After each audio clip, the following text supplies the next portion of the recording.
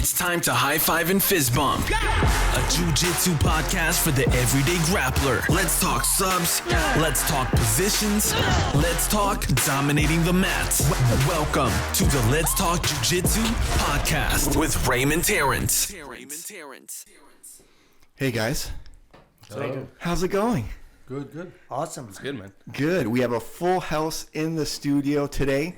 We got Professor Marc Ste-Marie, Brazilian top team in the house. We got Ryan something or another. Good enough. Beef. Schwartz. Schwartz. I knew. I didn't want to screw it up. Ryan Biff Schwartz. Malibu. Good luck with Onnig's last name. Yeah. And Mr. Onnig. And Onnig. Kouyoumdjian. there you go. Super Greek. Armenian. Whatever. There you go. I'm already screwing it up. Know your guess. I'm already being racist. We just started. And the man, our new man at the computer, at the PC, Mr. Chris. Not going to say his last name because he's a minor. But it's Mr. Chris, who works for me in the summertime, by the way. Nice. And yeah, he's young and he knows about computers, so he's a computer guy now. Good. Yeah. I'm old and I know nothing about computers. There you go. Guys, thanks for coming in. My pleasure. Yeah, really appreciate it. First time that we have 4 people on the podcast in the new studio, so I'm really happy you guys are here. And yeah, so how's everyone doing? Good. It's good, man. Okay. Going Good. good. Yeah, No complaints, man. All right, did anybody train today? My kid did. Yeah, my kid did as well. My kids did. It's hilarious. Your kids train more than you guys do. Exactly. He said my kid already has a stripe on his belt. He's one up on me. He's giving me shit when I get home. Nice. See my stripe? I'm like, what do you want me to That's do? Yeah, well, we line up. My 3 kids line up first, and then That's me right. and my stripeless white belt lines up at the end. At the Yeah, end. but you guys are lucky because I line up in front of my daughter, but then she strangles me. So How do you find having a kid in jiu-jitsu? How old are your kids? So I have 3 kids. One's 10, one's 7, one just turned 6. And they're all doing jiu-jitsu? They're all doing jiu-jitsu. Or I should say 9. My 9-year-old is in Youth 1 at BTT. And my 7 and 6-year-olds are in Youth 2. You know, they train Tuesdays, Thursdays, evenings. They in the summer they train Saturdays and Sundays, and in the winter they train Sundays in Vaudreuil. Wow. And how long have they been training for now? So it's March will be a year for all of us. And have you noticed any differences in their composure at home, or are they acting differently since they started jiu-jitsu? Or They don't act necessarily differently. We have a common thread. I tell people all the time. It's one of the unique times where I'm actually on the same team as my children. That's awesome. We wear the same uniform. We have the same coaches. We have the Nice. same curriculum. And I mean, I've said it before to people where it's not like it's something I had done and they do it now. We literally do it together. When they suffer from being mounted on Saturdays or Wednesday or Thursday afternoon, I suffer from it Thursday night. You know, we embrace the suck together. Nice. You know, and it gave a perspective because I remember in the beginning they started about a month before I started, and it was like, hey, coach said just bump. Why don't you just bump him? Like, what's the big deal? And then I had someone sit on me. I'm like, oh, okay, that's the big deal. So no, we enjoy it as a family. My wife has taken she owns a gi, so it counts. She owns a gi, She but does owns a not do gi, jiu-jitsu. Does not, at home. She's, but she owns a gi, so It counts. it counts. Okay. You know. Nice. So Cool. no, we're happy. Good. I keep hearing the ticking of the record player. Let me just go turn it off.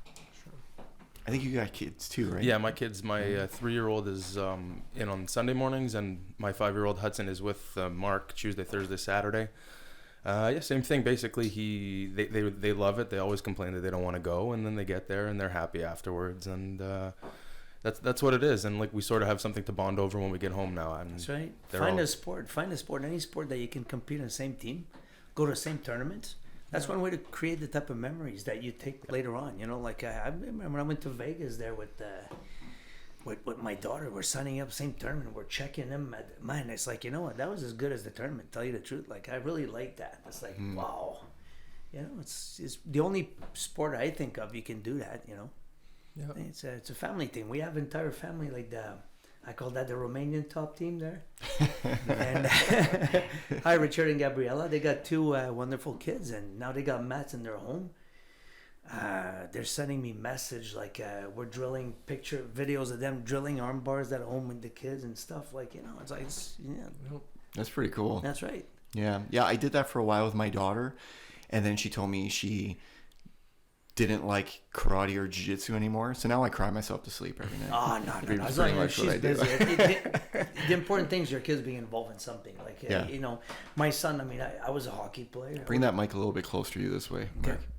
I was a hockey player, and I mean, I would love my son to play hockey, but he had no interest. But yeah, it's okay. He was busy. He did diving, other things. He's interested in science. The important things are involved. Just do something. Yeah, do something. Yeah. It's like It's better than instead of sitting in front of the computer all day or playing Absolutely. video games. Right, Chris? Yes. Yeah. My son won the Eastern Canadian Wrestling Championship and quit wrestling that same night. And you know what? So what? It's not because he was not busy. He didn't do it to do nothing. He was busy with other things. So be it. You can't make a kid love something. Well, Have you ever gotten like pushback from your kids being like, I don't want to go to jiu-jitsu today, or like... We go enough times a week where if we miss a day, it's not the end of the world. right. Okay. And because the way it's structured, I mean, if you miss Tuesday, you didn't ruin it for another kid, because it's not a team sport where you need a person to learn that skill set per se, and you can go at your own pace. And the three of them are different ages. So my two youngest, they're in the same class, but they're in different ages. They progress differently. The three of them, the way they approach things, their mindsets are different. Their strengths are different, be it physically or like mentally. Like I've heard my oldest recite the curriculum, and like when he's when they're working with newer kids, grab this, do that, and then after class I'm like, what was that again? What was the grip? Because they at one point they knew it better than they know it better than I do. Yeah. So it's an interesting dynamic, because I've just like Marc or Professor Phil or other Patrick, our black belts that have children that do jiu-jitsu, they're black belts with children in jiu-jitsu. We, like Ryan and I, we're white belts. Yeah. We suck as much as our children do, and more. So we're going through that process from the beginning. So it's a different dynamic, different perspective. Do you ever roll with the kids at home? Well, a little bit, but it's sort of more just like letting them practice their forms on me, because I have to watch myself too with the strength. If I do something wrong, it's not good. And the two of them, then they get crazy. Right. So the little one jumps on the big one starts crying, the little one starts crying, they both jump on me, I start crying. It's a circle. But no, it's good. It's great. Mine in terms of, there's pushback almost every class. I'm not going, I don't want to go. We get there and they run in. Yeah. Marc gives him the nickname the second he walks in. The smiles ear to ear, bolts to the locker room, and bolts right into the class. So It's funny how those little nicknames make a big difference in For these sure. kids, eh? My daughter, who stopped doing jiu-jitsu because she's a competitive swimmer, she'll come back to it eventually. I'm pretty sure she will. I mean, I'm going to force her, but whatever. Same No, difference. Yeah, I think eventually she'll come back to it. I think she'll want, because she did enjoy it at the time. It's just it was one or the other. But Marc gave her a nickname, and she won't let it go. Right, Dr. Octopus? Dr. Octopus, yeah. Yeah, and it's crazy. And she won't let it go. She knows that that's her nickname. And these kids just cling on to those things. But it's a good dynamic. Even so, my youngest two have a class. My oldest one waits, and then my oldest one has a class. My youngest two wait, and they have their friends. They look forward to going, just because of the dynamic. The kids, like, they have their jiu-jitsu friends, which. Well, what's interesting what you just said, because we're adults here. I think what I like about jiu-jitsu, let's face it, I'm not going to beat Bushasha at the next World Championships, but I enjoy the interaction, really. I think half of the satisfaction is hanging around with younger people and having fun and talking shit in the locker room and stuff like that. I mean, this is what it's all about. There's a whole culture around it that I love. I love it as much as the mat, tell you the truth. Like, yeah, it's a social thing, especially for me. My regular group of friends is not athletic at all. Oh my god! And I meet guys like Onnig and Guy and all these new guys. That it's sort of like a new clan of friends. You add them on Facebook. You guys are shooting the shit. You're chatting. it's like making new friends as an adult coming in. It's quite impressive. Yeah. I did that today. In the school that I'm teaching in Brossard, they have an open mat on Sundays, and I've been just teaching my classes, and I never swung by. Then I heard that all these jiu-jitsu people were showing up on Sundays to open mat, and they were practicing the techniques that I was teaching during the week. Right. And it sounded pretty cool to me. I was like, you know what? I'll just pop in, right, just to see what's going on. There's got to be some like Muay Thai guys or MMA guys training or this and that. I walked through the door. Yeah, there was like 3 MMA guys doing their thing with a boxing coach, and the rest of the guys were all my jiu-jitsu people. They're all on the mat practicing the techniques that we learned during the week. Nice. They didn't know I was coming. They're there every Sunday without me knowing. I just heard that people were coming on Sunday and doing open mat, and it was super cool. So I came in, and it was just super casual. I just sit on the mat, get to socialize a bit, get to know a little bit more about them, and then they would ask me questions about jiu-jitsu and stuff like that. The fact that they were coming in and training outside of regular time and just to socialize with their teammates, and I thought that was really cool. Yes, it's still about jiu-jitsu, but they're not there just because of jiu-jitsu. They're there to hang out with friends, right? No matter how pathetic this will sound, my kids, they don't train Saturdays. They have school. They have Armenian school. Mm-hmm. My wife goes to Armenian school, so the house is empty. So I drive to jiu-jitsu. I get there at 9, and I hang out till my fundamental class, which is at noon. Right. I have no children there. No reason to be there. Only to loser. Whatever. I make my 3 cups of coffee. Sit there, have the hallway conversation. That's right. Yeah. And I think we need that more and more. Yeah. I think without getting a taste of it, once you get a taste of it, like, you can't stop. You know what I mean? It's that social aspect of jiu-jitsu is a big part of why you do it. You know what I mean? Like, the fact that you can go in, you could train 100%, and then you could just hang out with these guys afterwards is really cool. I'll watch some of these MMA guys or boxers at the gym that I teach at, and yeah, they'll socialize afterwards, but they're so banged up after training, after hard sparring session. They're so tired that they go change and they leave. And you see that in all gyms. But jiu-jitsu is different. You can go 110% all the time, but yet you'll still be okay after a roll to be able to sit and chat with the guy next to you and, just shoot the shit. And Imagine the dinner conversation in my house, right? There's me, there's Brianna, there's Ardo that does jiu-jitsu, and Brianna's dating Gambao, so... That's all we talk at dinner time, like tournament. This one, do this, do that, and do this, and this one. It's a jiu-jitsu 24/7 in my house. Like, I didn't know Brianna was dating Gambao. Did she tell people, or did you just announce that on the podcast? No, everybody knows that. Okay, good. I was the only one who didn't know. Okay, great. I had no idea. Oh, you guys didn't know either? I'm pretty sure he just dropped it. And No. It's like, okay. I was about to say Brianna's going to get super mad. She trains a lot in downtown at Oma yeah. And she's Mizu teaching at and Mizu now. Yeah, she's got a class there. So that's cool. So and the time she trains are not the time that I go. Like that's at lunchtime or something like this. Anyways, why she comes at lunchtime for the Cascao class, but she follows Cascao, and the night class for me is it's too late. I get up too early, and it's too much. All the killers are there, man.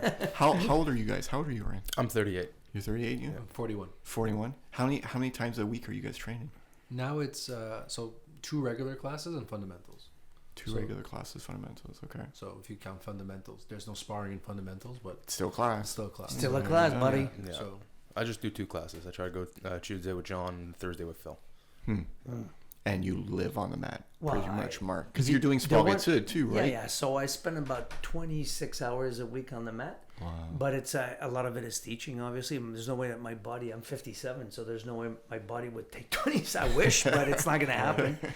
So for jiu-jitsu for myself, I'd say I do 2 or 3 classes a week where I can, but sometimes I'll do a class. I'm not going to do too much sparring because I'm banged up or something. So it's all about dosage at my age. Speaking of the topic there, but it's all about finding the right formula that works with what you can handle. Because I'm in this for the long run. I don't want to go start jiu-jitsu like a nut and then have to quit jiu-jitsu next year. So the beginning 2 classes was too much. Like when I just started, after doing 2 classes, you were out for a week, just because of joint pains, fingers hurt. Like, I mean, and again, that's part of what I speak to some of the new guys. Now I can say that because there's people newer than me. that embracing the suck in the beginning. It's like, what's wrong with these things? Like, At the beginning, also, you have a tendency to work too hard. That's right. Strain when you shouldn't be straining, and like white knuckle everything. That's right. I've done it. We've all I done think it. everybody's done it. And now, as you get more and more mileage, you got to be a little more smarter about it, so you can, But if I would roll like when I was a blue belt, I'd be done within 6 months. Mm.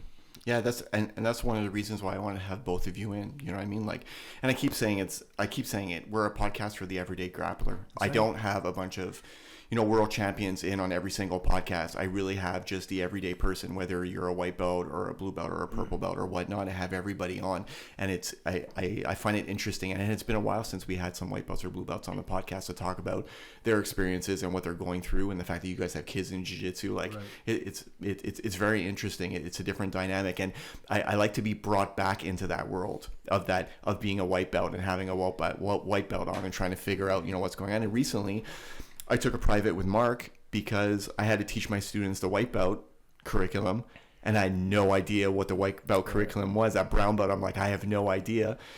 And it's funny, and I knew it. I had a feeling. I was like, I'm going to get my brown belt. I'm going to go to class, and for some reason, it's going to bring me all the way back to the white belt sequence. Like, I pictured brown belt, I would go to class, and because there's no more curriculum, I could do what I want. You know what I mean? I could work on cool techniques. I can, I'm going to start work the berimbolo, which I've been dying to kind of perfect and this and that. I find myself going to class and coming right back to the white belt level and teaching white belt stuff and relearning all the fundamentals, even though I'm at a level where I'm like, oh no, I'm going to learn all this cool shit now because I'm a brown belt. And that's not the case at all. We spent an hour together going through the white belt curriculum. I'm like, oh really? That's how the triangle was done in the white belt sequence? It just I'm revisiting all this stuff that I had completely forgotten. You know what I mean? I find it super cool. Yeah, I came in, and my biggest detriment, which Coach Fred is finally not letting me go into people's guards anymore when we start, is my strength has been my biggest weakness, because I white knuckle it from A to Z the whole time, and it's gotten me out of triangle chokes from Alain, arm bars from Philippon last week, but I'm not doing it properly. So he goes, now there's no more, you're not going in anybody's guard, you're going on your back. Figure it out. And I'm getting smashed. I was very lucky because I had zero. For me, a guard puller was a pussy. I forget it. I'm pulling guard, no way. And then you know what? Best thing that could happen, I broke 4 toes. Suddenly I could not go on top. So it was either play from your back, from your back, or don't do jiu-jitsu. So I was forced on my back for about a little more than 6 months.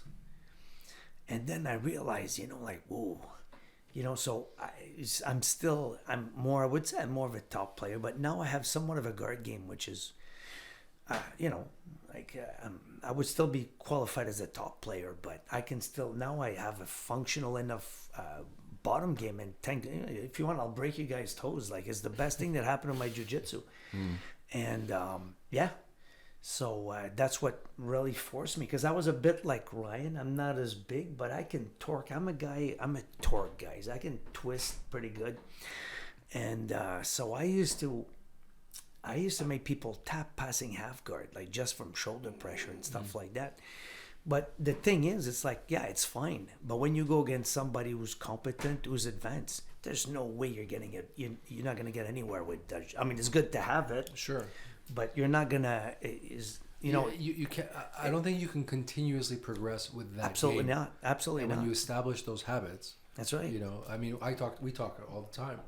There'll be times where I'll have Ryan in my guard, and he'll come press, and I'm like, it's uncomfortable, fine, but you gotta stand up. You gotta.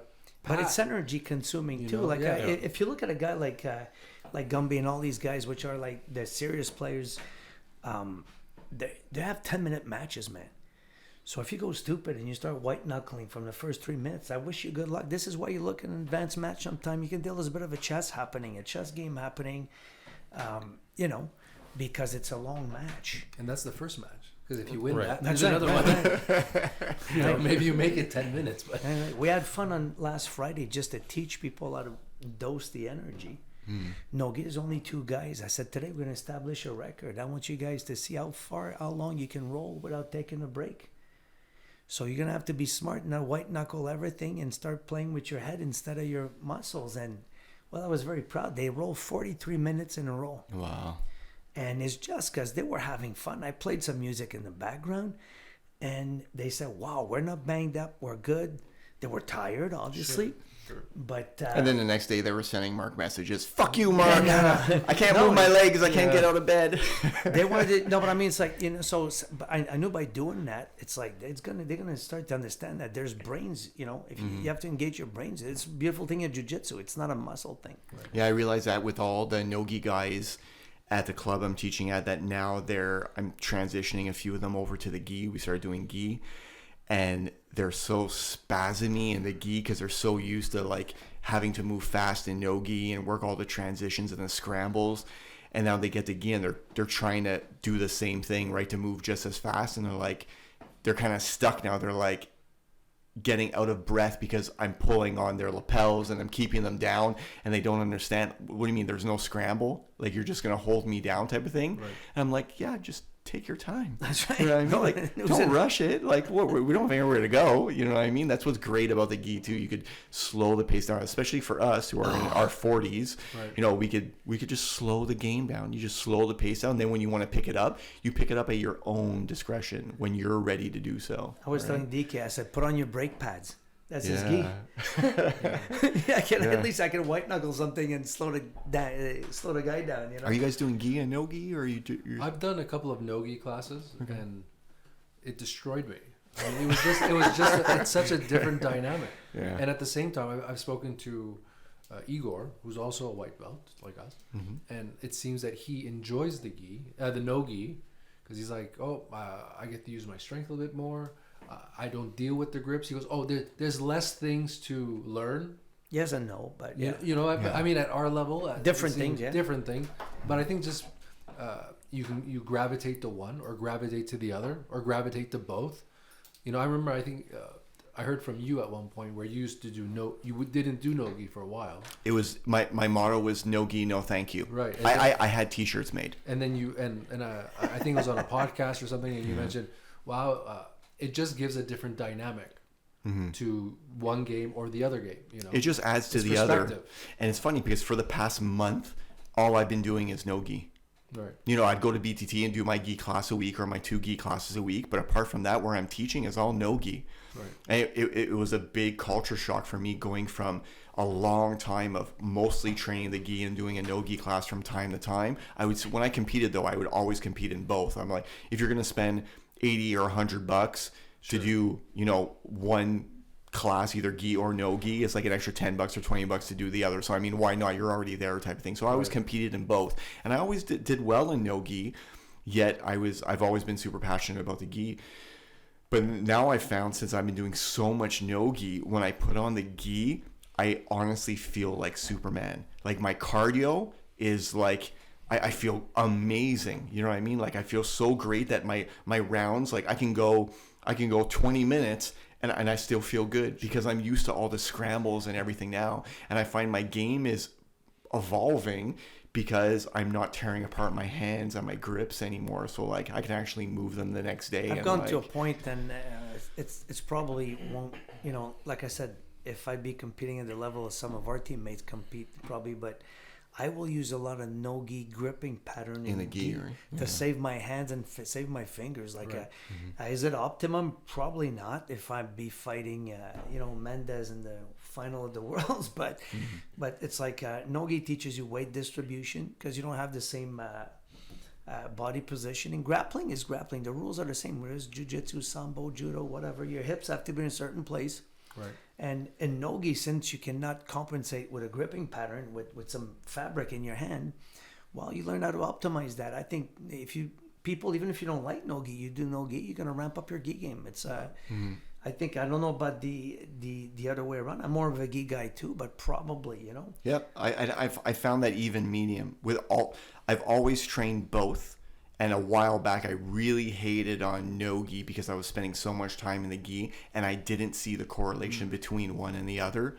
And it took me, at purple belt, I realized it. I was like, one helps the other. No, I know. If someone's a no-gi guy, their chin is heavier on your chest. Yeah. Their shoulders are heavier on you. I mean, And usually it's one or the other. Guys usually pick.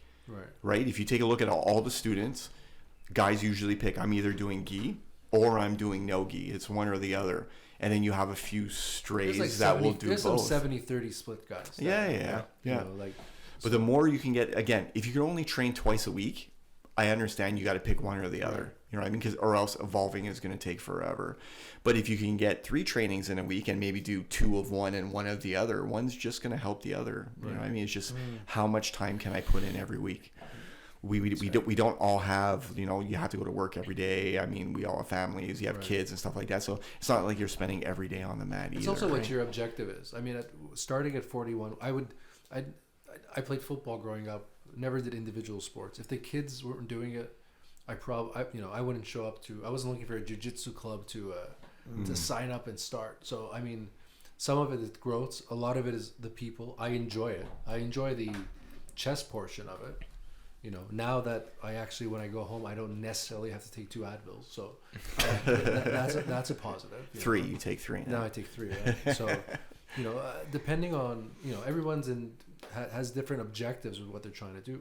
You know, so I'm not looking to be world champ. And even though I said that to Professor Fred last week, he goes, well, you can be world champ for you know, a 40-year-old white belt. Masters. There's that category. And then after, I'm like, I guess in theory I can, but you know what I mean? But the important thing is you have fun with it. So whether you're world champ or not, I'm having a blast with this. Right. Like I went to Las Vegas, won the first fight, lost the second. It was nothing but fun, you know, like it's fine. And unless you put on a really good poker face, you took that whole experience very, like, you were just happy to be there. Oh, 100%. You understand? Like I've had major health problems and stuff like that. And so for me, I was there competing. It's like, I'm happy. It's a good thing, you know? So what? You win, you lose. It's part of the game. You know, so it's the satisfaction you're going to get out of it. I mean, you can spoil it. Like, listen, I'm not a golfer, but I'll give you an example. I used to play an occasional round with a guy. And once I stopped and I said, do you like golfing? He goes, yeah, I love it. That's all I do. Golf. I said, I'm not sure, buddy. You've been whining for 14 holes. The greens are fast. The this is that. My clubs are shit. Like, it went on and on and on. You're spoiling me. I don't give a shit, but you're spoiling my thing. You know, like So I tell people a bad day on the mat's better than a good day at the office, isn't it? For sure. For sure. I came in to humble myself because I've always been the biggest guy in my groups of friends. Everybody's afraid. I'm stronger than everybody, and I knew right away I'm gonna walk in. I get fucking smashed. So of course I show up on Monday night. Okay. I walk into Cascal's class. Oh my God. So he's with his Brazilian accent. You pass the guard. So he's telling me to pass the guard. I pass the guard for 5 minutes. He teaches me. Goes, you combate? I guess. And I just got mauled for 80 minutes or whatever because he does like 5 minutes of technique and they just grapple. That's right. Yeah. And I woke up the next morning. I felt like shit, and I said, I'm going back. And I'm hooked. Yeah. It's like, it's just, for me, it was so humbling to go and be like, you know what, like, you know nothing. You're starting here and you're going to slowly work your way up and it's going to hurt the whole way. Then I had that massive injury. I don't know if you guys remember. Yeah. Tore my groin, tore my abdomen. Showed up the next week. I was just... How's that going, by the way? It's 90% healed. I'm fine. Yeah. But 6 weeks off, he shows up, you know, the next day. I was on the MRI table the next day and I was in the gym 2 days later. Wow. But it's been, even that for me has been humbling because I've never had that type of injury before. So I was like, okay, now what am I going to do? And I told you at the time, right? Do you remember what I told you? Come to class anyways. And I did. Yeah. Come to class and watch. Just watch what's going on. You can't train. You could do maybe a couple of, you know, techniques while you're there. And if not, you just put on your gi, you sit on the mat and you watch. That's what I did. I stretched, I took video, and then within 2 weeks I was able to close the guard a little bit. So I'd just do the technique at the beginning. And my confidence is through the roof now in everything. You know that what? I do. It's like, I enjoy the terror aspect of it.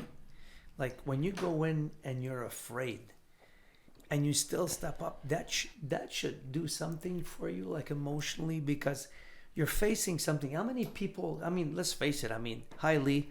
I used to roll with Lee Villeneuve. What do you think? The guy picks you to roll. You're happy. But the other side, you know you're going through a meat grinder. I mean, I got home one side. There was just him and I or something or a few people. And I did 5 rolls in a row with him. And my eldest had to come down and help me. I couldn't get out of the car when I got home. And the next day, I said, what am I doing that? Well, I said, you know what? I stepped up. Nobody wanted to roll with him. I went and I rolled with him. I'll never do it again. But point is, it's like anytime you face something, I mean, let's face it, everybody's getting better. The young blue belt now is the advantage. Me, when I was a blue belt, you were the top of the heap. You're at the top of the line. That's why I always joke around. I never was in the back of the line. As a blue belt, we're in the front of the line. So now the up and comers, they're getting the brown belt rolls, the purple belt rolls. So they're getting better real quick. So there's a lot of people in there. Sure, I got a black belt, but you know what? It's like there's a lot of people in there. They're younger, they're faster, they're stronger. I always go in. I don't know if you call it fear, but or it's not apprehension. I'm looking forward to it, but that's what makes it fun, you know. Like I remember at the Worlds, I was like this. They call me up. I go up and I say, in my mind, my mental dialogue, oh fuck, it's real. And so I get up and I'm waiting next to the table. And I went to a sports psychologist that I know very well. He's famous. Wayne Halliwell, he said, they used to say that facial expression were the results of emotion. But then now they've proven that facial expression can create emotion. You know, your old football coaching, put your game face on. The guy was right on. So I go like this. I said, okay, I'm having fun. So therefore, I'm going to smile. So I did one of those things because my mouth refused, my face refused. I went like a... Too bad you guys can't see that because they can. We've got video now. This is wonderful. Excuse me. Mark hasn't known, but we've been filming him the entire time. Darn it. Exactly. So anyway, so I smiled, and then whoever I knew that I don't remember was in this tent says, "What was that stupid face you made before?" You know. But I got on, and you know, then I was laughing a bit. I had a bit of an internal giggle. Then I start freaking. I can't laugh. This is a fight. And you know, you put the hands on the guy and it goes away. I mean, I was reading that Braulio Estema, which arguably is a guy which will have a legacy in jiu-jitsu. I was reading an article somewhere that he vomits before every matches, and he's an 8-time or something, whatever, numerous time world champion. So I figure, you know, that's part of the fun feeling that those jitters before, you know. It's like I think it's cool anyway. Are you guys taking any supplements or anything after your training? Just because we're talking about people in your 40s, you know what I mean? So I'm curious if you guys are like taking anything to recover, or did you change your eating habits to be able to train? Or when I started up, I take creatine. Okay. I don't know if it makes a difference or not. Do you take it after your training or before your training? No, I take it during the day. So I don't take anything specifically after. I intermittent fast, so I don't. In the mornings, I only start eating at noon. And if I have class, I stop eating at 7. So how many hours do you go without eating? I go 16 hours. 16 hours. Yeah. I think that's the sweet spot when they talk about intermittent fasting. I think 16 hours is the sweet spot. Right. So I do that. I supplement. I take protein during the day, just to complement some quick protein. To complement the gym, I go to the gym. Chris, do you want your first task on Google? Sure. Yeah. What's the best time to take creatine? I think it's right after your training. Yeah, with glucose. Right. Yeah, the glucose acts as a vehicle to take it to the muscle. Right. Yeah. You know, I think so. I think I've always been told it's either right before your training or right after your training. It was one or the other. Well, when you first, this is old, but now they say you don't do this anymore. You used to take the first week 4 times a day. So you do 5 milligrams, load it, breakfast, for loading, lunch, and then right before bed also. And now you're just supposed to take 5 milligrams a day. You're looking for creatine monohydrate. Yeah, monohydrate. There you go. On my monohydrate bottle, it talks about loading the first week. One. Yep. And then just take it. Exactly. Maintenance dose 5 milligrams after. Usually should be after training with glucose. Yeah. And it doesn't need to be much. Why take creatine? Go down, Chris. I asked the guy at Popeye. So is it worth it? He's like, it's such a cheap take supplement. What do you have to lose? You know. Yeah. So to take it, man, consume 5 grams of creatine before or after exercise. During the 4-week study, participants weighed trained 5 days per week and took creatine either before or after exercise. At the end of the study, greater increases in lean mass and greater decrease in fat mass were seen in the group that took creatine after exercise. So here, let's There break you it go. down simple. Basically, creatine is going to make you hold water in your muscles, Right. so your weight goes up. The heavier your muscle is, it's easier to burn fat when you're not training, like when you're at rest, so your fat mass will go down. Supplement wise, I mean, other than the TRT, so we can go over that elephant that's in the room, Which is you. which is me. 5'7", you're a fatty. 200 pounds. Yeah. Yeah, I take creatine as well. I only take 5 milligrams a day. I take those purple pills. Always Creatine after K. you're working out? I take them in the morning. I take everything in the morning. And I'm on an anti-estrogen also from the TRT, but the TRT has been like Novaldex? anastrozole Okay. or Arimidex Okay. every second day because my estrogen went through the roof. So basically, I've been weight training since I'm 17. I'm 38 now, and past few years I'm the type of guy that wakes up at 4 a.m. every day and goes to the gym. And I'd wake up and every morning I'd be wrecked. So my back hurt, my neck hurt, my ankles hurt, and this is pre-jiu-jitsu. Now everything hurts, but I would force myself to go to the gym, come home exhausted, fall asleep, and it was a repeat. So I said, you know what, I got to go get it checked. So I went to get it checked, and I think baseline was, let's say, 5, and the high level was 15, and I was like 4.6. And it was progressively going from like 8 to 7 to 6. So I started taking it, and all of a sudden, it's like my muscle mass has been injected with this recovery that it was waiting to have after all these years. So I went from like 170 to almost 200 pounds in 3 months with no change in diet, no change in training. My max bench went from like 205 to 310. So you're still going to the gym every day? I'm training 6-7 days a week. I'm always doing something. Like I took a day off today. Just I felt like I needed it, but I recover and I'm not taking much. I'm not taking like this like bodybuilder dose of trenbolone and testosterone and Deca. It's like I feel like I'm 25 again. That's right. So man, I have so many questions for you. So first one is, so I used to train a lot at the gym also. Right. And my goal was to just get as jacked as humanly possible at the time. I would say this was maybe about 10 years ago. And I would literally go through every pre-workout that they had at the supplement store. I would buy everything because I didn't know any better. And all I wanted to do was get big, because at the time I was convinced that all that girls liked was big jacked guys, right? Sure. So all I did was take pre-workout and go to the gym and then eat chicken, fish, and beef. And I was like, I'm eventually going to get big. And I did see a huge difference. Right. But my question is that how is that relating to your jiu-jitsu? Because when I found that when I was going to the gym and then going to jiu-jitsu, that one did not complement the other. Now, it could have been my mistake. I wasn't doing the right things at the gym, which I think Marc corrected when I take a lot of privates with Marc. I took private training sessions with Marc, and because I kept getting injuries while rolling, because I like playing a bottom half guard, and I kept getting these core injuries where like between the ribs things were pulling, and then I would feel it for the next 6 months, and then I sat with Marc, and then he brought me in the training room, and he gave me some core exercise, some functional training that really helped out with my core. Now at the time I was doing like, bicep curls and stuff like that, and I found that one did not complement the other, that it didn't help my jiu-jitsu, it made it worse. It's possible that I wasn't training right. So I'm curious what your thoughts are about the fact that you go to the gym almost every day. Right. How is it relating to your jiu-jitsu? Well, I've been doing the same thing forever. I do like old school, like 80s bodybuilding workouts. Like I'll do chest and back, and then biceps, triceps, legs, shoulders. It doesn't affect me at all, but I've also been doing it for 20 years. So this is what my body's accustomed to. I also throw in a little bit of stuff like kettlebells, like cleans and snatches, like for those movements, like where you'd have to pop out of something or grab a collar and be able to pull it. Those type of full body, like functional movements. But I think everybody's different. I think everybody's bodies are different. Like for somebody like me, short and very stocky, I don't know if those movements, like Fred was saying to me the other day, like you may not ever really be able to use half of the first 2 days because your body, you can't close the guard on somebody who's the same weight as you. You can't, so you have to adapt.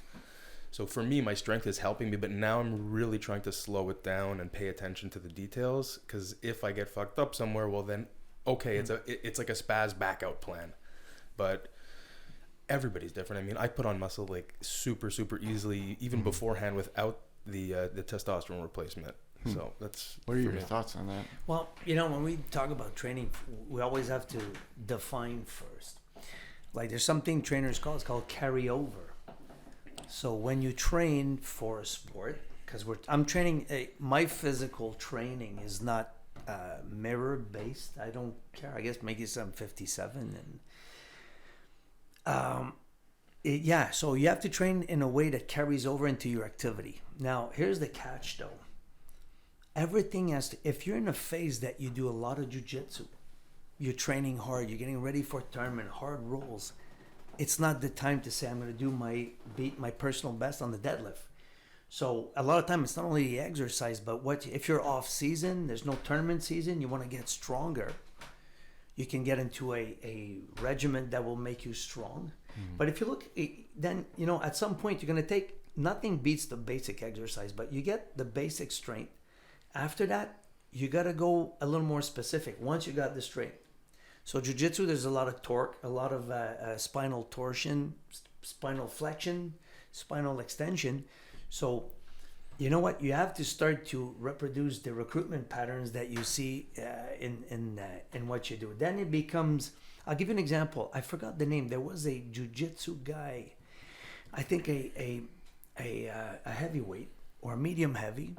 And what he did is like, he wanted to get stronger. He was already very good. The guy's famous, forgot the name. Anyway, so what he did, he went to West Side Barbell, like that big powerlifting thing. And he had 6 weeks. So what they did, by the time he'd learned the technique good enough in order for him to handle the type of weights that he would need to get stronger, they say it's going to be too late. So basically they put him on a regimen of heavy carries, overhead carries, farmer's walk, stuff like that. That connected everything. And then suddenly people who were rolling with him said, it's like trying to uproot a fire hydrant. It's like, you can't move that guy. Now, it's very easy because we're all motivated, right? But don't think you're going to beat records in the weight room and then go and do your best rolls. It doesn't work like that. And there's one thing right now, like the top trainers on this planet, like some people I interact with on Facebook. I used to work with the girl. They work with Olympic athletes. Hi, Jamie Scott. And they understand that beyond the strength, if you lose mobility, my challenge at my age is not strength. I think I'm strong enough for what I want to do. But it's a mobility issue. So when I train strength, I want to make sure that I do it, and I keep half of my training is mobility based. And as an athlete, you cannot, if you have when you do a movement, it's called sequential firing. Your body will recruit the muscle in a specific order in order to brace the the movement you're doing.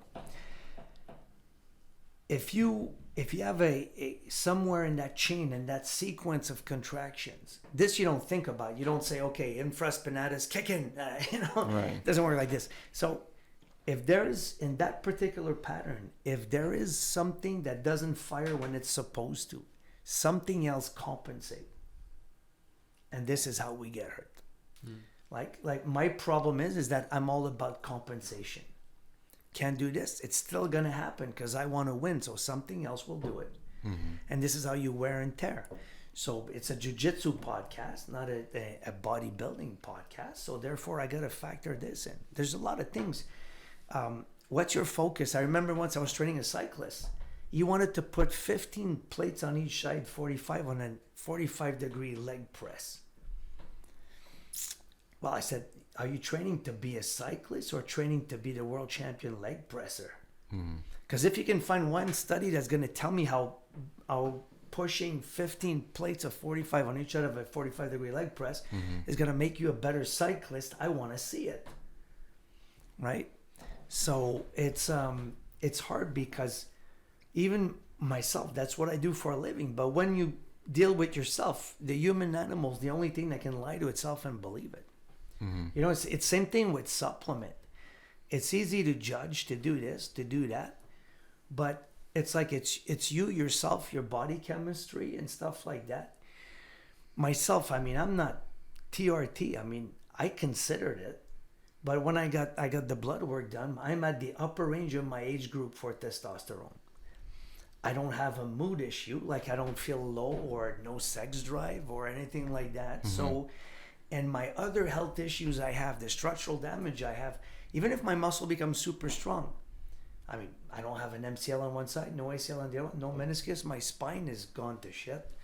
So if I have those muscle pulling on the frame like that, it's not gonna, even if you can tell me on TRT, I can train 5 more hours a week, it won't make my ACL grow back. It won't make my spine and my vertebrae I broke in a horseback riding accident fix themselves better. This is structural. Yeah.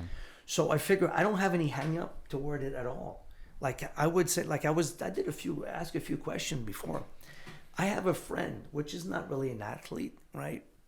And like depression, you know, they put him on antidepressant. He's numb. He's not depressed, but he's not happy either.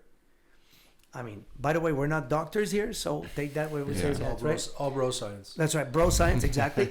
So I said, listen, how about do a bit of test, bring it up a bit.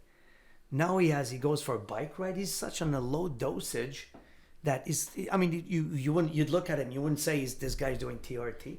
He goes on bike rides with the family. He said, hey, let's do this. He has a bit more. So basically, even if the doctor says, well, you know, the risk, as opposed to what? Walking around like a zombie? Like in my thing, if I get on test, maybe I'll do it one day. It won't be because I want to be jacked up. You know, there's other thing it does to you besides making you big. It gives you a bit of more, it's the life essence of a male. So people, people love to comment. You talk about anything controversial in society. Abortion, let's say. How did we get to abortion from TRT? Anyway, you talk about this. You might be against it, but something tells me if your 14-year-old daughter's been knocked up, and suddenly I want to hear your opinion on it again, right? Your opinion might have changed. Yeah, because, you know, it's like, it's easy when it's other people. Like, they're talking about assisted suicide and stuff like that. And, well, you're not the guy who's on fentanyl and it has no effect on you. Mm-hmm. Right. So I mean, it's like, don't judge. Like, I would tell a guy, if a guy wants to do TRT and it's going to give him a little spring on his step, I'm talking about TRT, not for the guy going to world championship or a bodybuilder. I'm talking TRT for the average schmo here. Mm-hmm. Guys like us, right? Yeah. It's like if a guy goes like this and suddenly he can do the activity he loves a little more, find more pleasure with his family and his wife doing activity, has a little more get-go. Mm-hmm. Dude, knock yourself out. I mean, you got my blessings. Let the freaking yappers talk. Yeah. Because people say, yeah, but what? Somebody asked me today, what if you would go to the Worlds and compete with a guy who's on TRT? But I don't care. He's 57 like me. For me, jiu-jitsu is a skill thing. So, it's like I didn't lose my second match at the World because I felt I was weaker. No, the guy just had, he pulled it. He did some great jiu-jitsu. Well, right? You're talking two topics ultimately. Because you mentioned something where you got tested, you saw you're at the you're at an upper range of where you should be. Yeah. So there was minimal added value to do it. And it was a decision. Yes, but just like Joe Rogan was saying once, my testosterone, my bracket where I have to be. Like some people would like to be in the next bracket. Maybe I'd want to be in the bracket of a guy who's 35. Right. So it's a question of choice. But I'm certainly not going to be the guy who's going to judge that because I mean, it's your life. It's your thing, and it's very easy to start commenting and doing all kinds of stuff. But I mean, it's like if that allows you to, let's say, have a nice jiu-jitsu class, and in the afternoon go for a bike ride with your family. Well, that's it. My point being, all these, even in your friend who took a microdose, or in your case, Ryan, where you were at the lower spectrum of something. Yes. These are all added value decisions. Right. It's not blindly, and again, to differentiate the topics of I'm gonna take as much as I can and not necessarily for added value, but to try to surpass something in your mind. Yeah. Those are two different things. I think, Guys, go ahead. guys like us, we don't do that if we do it because we want to go and beat Bushasha at the Worlds. Right. I We- do. Okay. No problem. No, but I think now that it's been about 8 months now, I think speaking to everybody as we're aging, because the majority of the guys in our classes, the Tuesdays and the Thursdays, are in their 40s and 50s. Yeah. I've been the first person to openly discuss it. Everybody hides it. It's true. For sure. I Right, ha- right, so right. just to give context a little bit here, so Ryan does take TRT, so he's on testosterone. Testosterone, Dear it's a special Lord. thing. Keep drinking. So he's on it. Don't take away my wine. It's my happy time during the podcast. For sure. We're judging. Right? We're Thank judging. you. You're judging me already. So VRT. Wine replacement therapy. So when I start questioning testosterone, I asked Professor Phil. I hate using his name all the time on the podcast because then he gets like a big smile on his face. Oh, you keep talking about me on the podcast. I'm the best guest you've ever had. Anyways, whatever.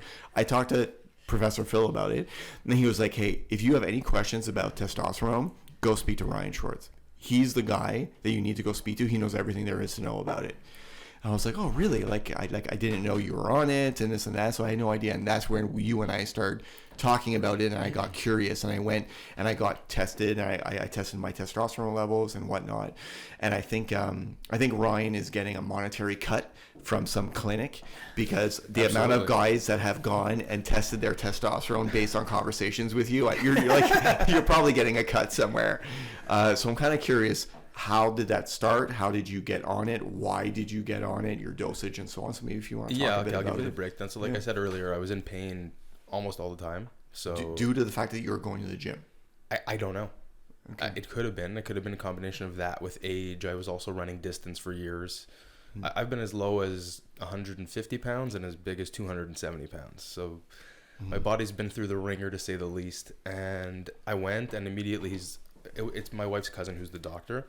So he called me, and I was jokingly when I answered the phone, I'm like, "So when are we starting my cycle?" And he's like, "Well, you're starting now."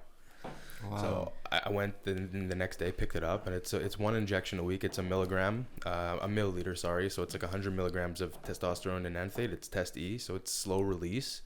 And I literally saw results within 2 weeks. Is it like Cypionate? It's similar. Okay. Similar, yeah. I was on Cypionate when I started, and they don't make that anymore now. So this is the alternative. Okay. So when you say that you saw results right away, what do you mean by you saw results? First of all, I didn't have any issues with like no sex drive. I didn't have any emotional issues, but I did feel that, like, first of all, my pain went away. It's really funny because I called your wife before the podcast and she told me there were sex drive issues. I'm kidding. There still are. No. Yeah, but like my body started feeling better within weeks. And yeah, that's pretty much it. My mood is much better, even though I didn't really have any issues.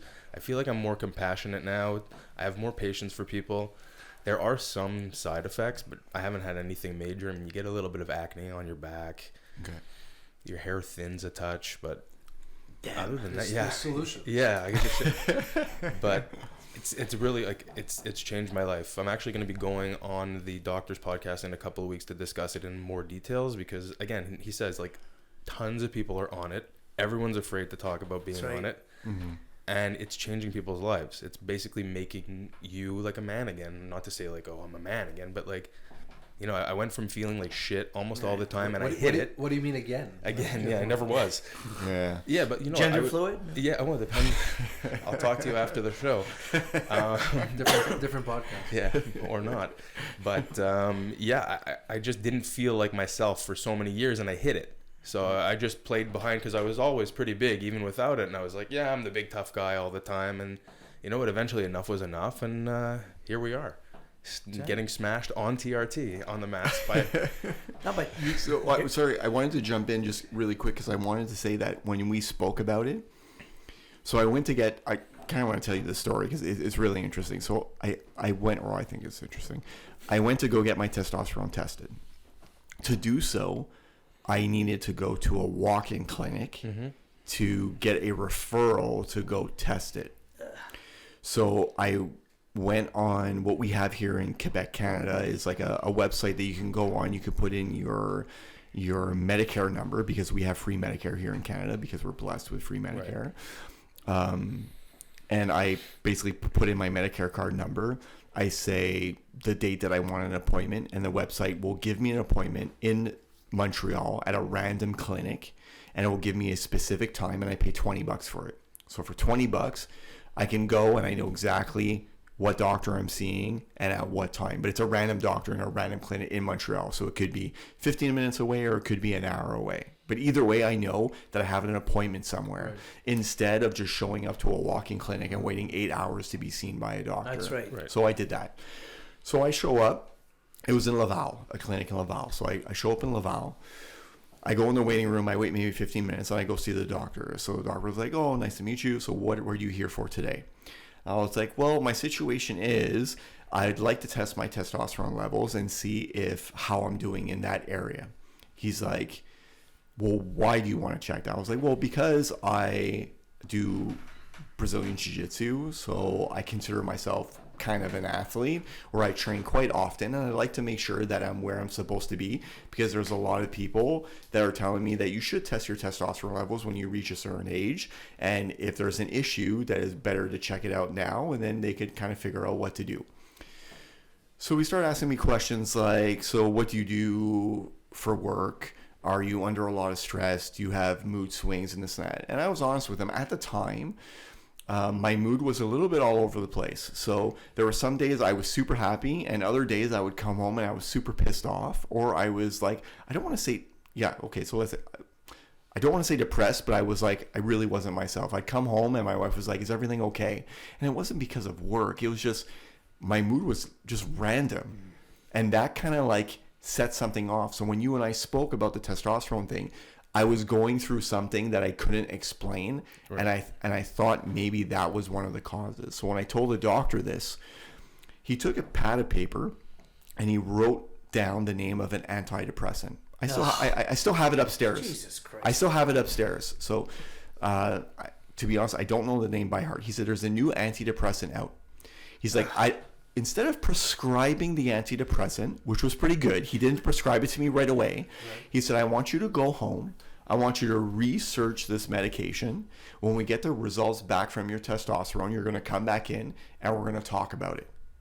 So come on. I know. So I like the fact that he didn't just give me a prescription for it, but right away he jumped at the antidepressant. So I'm like, so in my head right away, I'm thinking, is the guy like, if I do go for that, is he getting like some type of cash? Is he getting some money or whatever? Like I don't know how it works in these clinics. But anyway, so he gives it to me. I do research it, and I realize that there aren't enough studies out on this new medication, and what people are saying about it isn't great, right? The side effects are not great at all. So I was like, I don't feel depressed, because I'm not constantly like, I don't feel down. I don't feel like sad. I don't feel like angry at life all the time. It's just, I do have some swings in my mood, right? So I'm like, I'm going to put this aside for now. He gave me the referral to go do my testosterone tests, which I went. So I did the 3, which you told me to do. Available, bioavailable, right? Is that what it is? Yeah, exactly. And then regular. Or regular, there you go. So I did them. The results came back. Which cool. I went to a private clinic, so I spent $100 at a private clinic, and I got the results like 2 days later, and I got it electronically. So I logged into a website, and I was able to see my results live. So I'm average. Like I'm literally right in the middle. Right. So I'm like, oh man, like I'm average. It sucks. I'd rather be up or down. Like tell me I'm up and I'm fine and like I'm good to go. So what's wrong if you're a little higher than what your age, where you're supposed to be? So if I was higher in testosterone than where I was supposed to be, I would say my testosterone levels are okay. So it's not reflecting my mood swing. So it's something else. Right. The fact that my results came back average, I'm questioning myself now on would there be an impact on my mood? Because I'm still that way, to be honest with you. There's some days where I feel super great, and other days like emotionally I don't feel great, and it's really hard to like say that and to admit that, because I try to put a smile on my face all the time. Sure. But there are days which are great and days that are bad, to the point where like I'll listen to some music, and some days I'm like super pumped up, and other days I'm like, I need to shut off the music because like emotionally I can't take it. Right. And I don't want it to affect my wife. I don't want who's pregnant and super hormonal, who doesn't listen to this podcast because she chooses not to, because she knows that I talk about her, and so she's pregnant and hormonal, and we have a 1-year-old at home. So like I try to be as positive at home as possible, and I don't let my mood affect our family and our day to day. So now I'm curious, because I'm average, if I do. So sorry. Let's go back to the story. I go back to the doctor, and he looks at my results and he sees that I'm average, and he says, "No, like you're good." So I'm like, "Well, what do you mean I'm good?" He's like, "So you're on par. You're average. So you're where you need to be." He's like, "So did you research that medication?" I said, "Yeah, I did research that medication.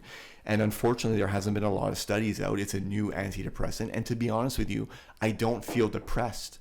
Right. Like, that's not how I wouldn't put a label on my forehead saying that I was depressed. I feel like I'm up and down. So maybe on certain days, maybe I am depressed, if you want to call it that. But on other days, I feel great. So based on what I researched, I'm not ready to go on it. But thanks for your time, and thanks for giving me the information. Right. And he ended it there. Yeah. Right. And then I left the clinic.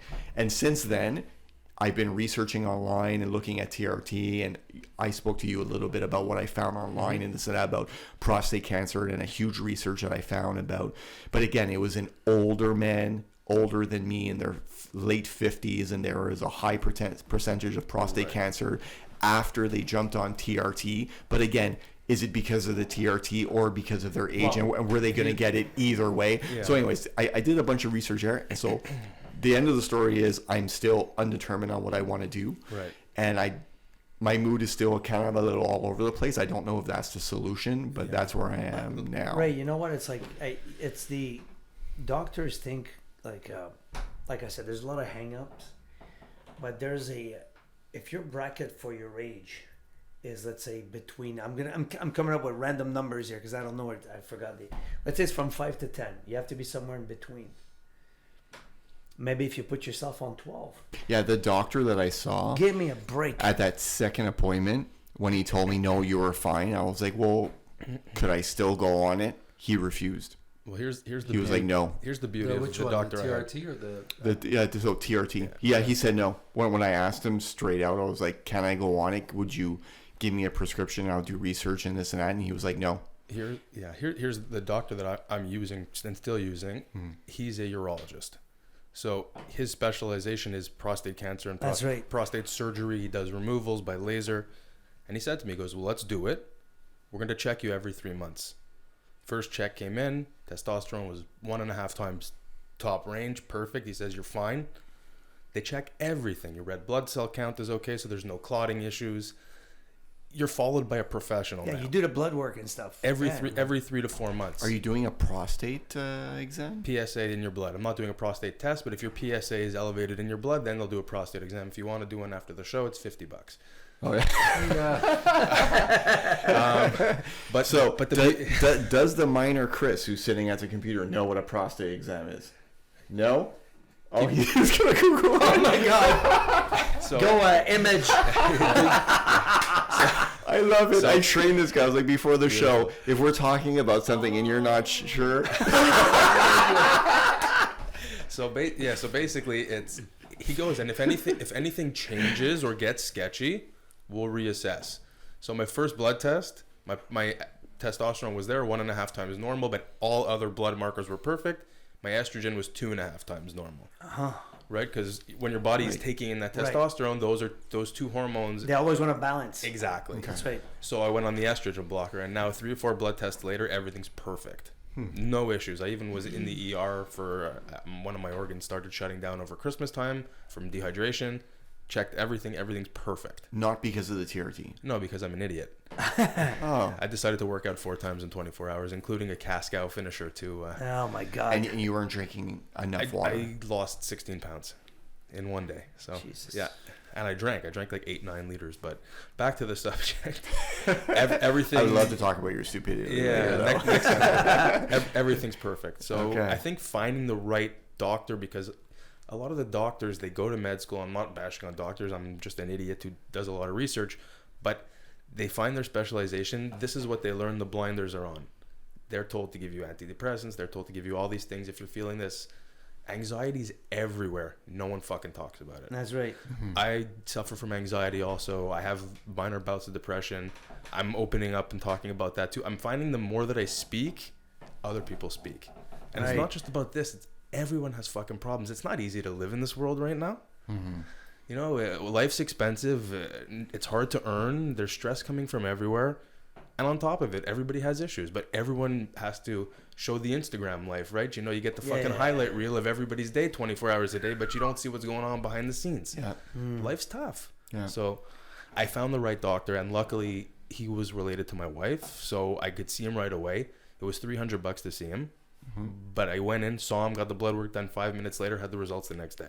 You know what? It's like I think the doctors in defense, I'm not sure, but I think their hands also are tied by the Collège des Médecins and that old order. Right? Like there's, if a treatment's recognized or not and stuff like that. For example, if it's not I'm just making this up here.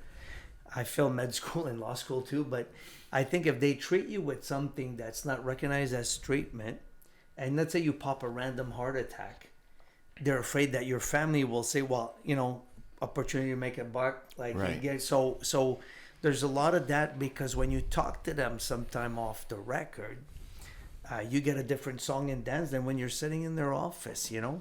But it's like, a good doctor is good. But I saw a clip of a Brazilian doctor who was talking on a talk show about TRT. And he goes, what are you guys doing? He goes, get on that racket, ASAP, you know? And, you know, everything, like every time you want to do stuff like that, it's a question also of dosage.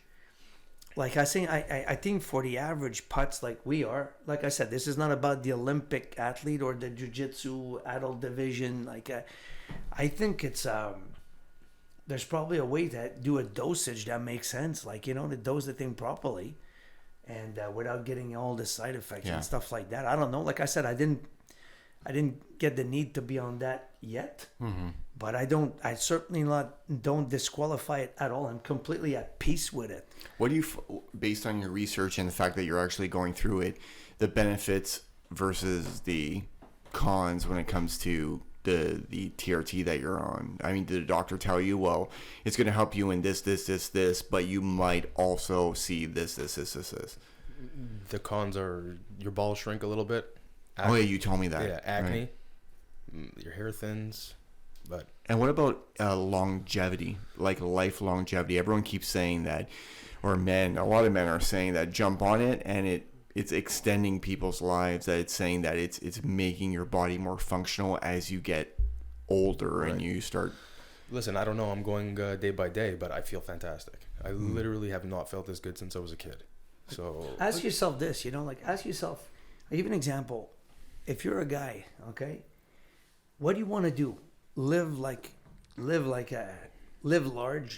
happily, die at 85.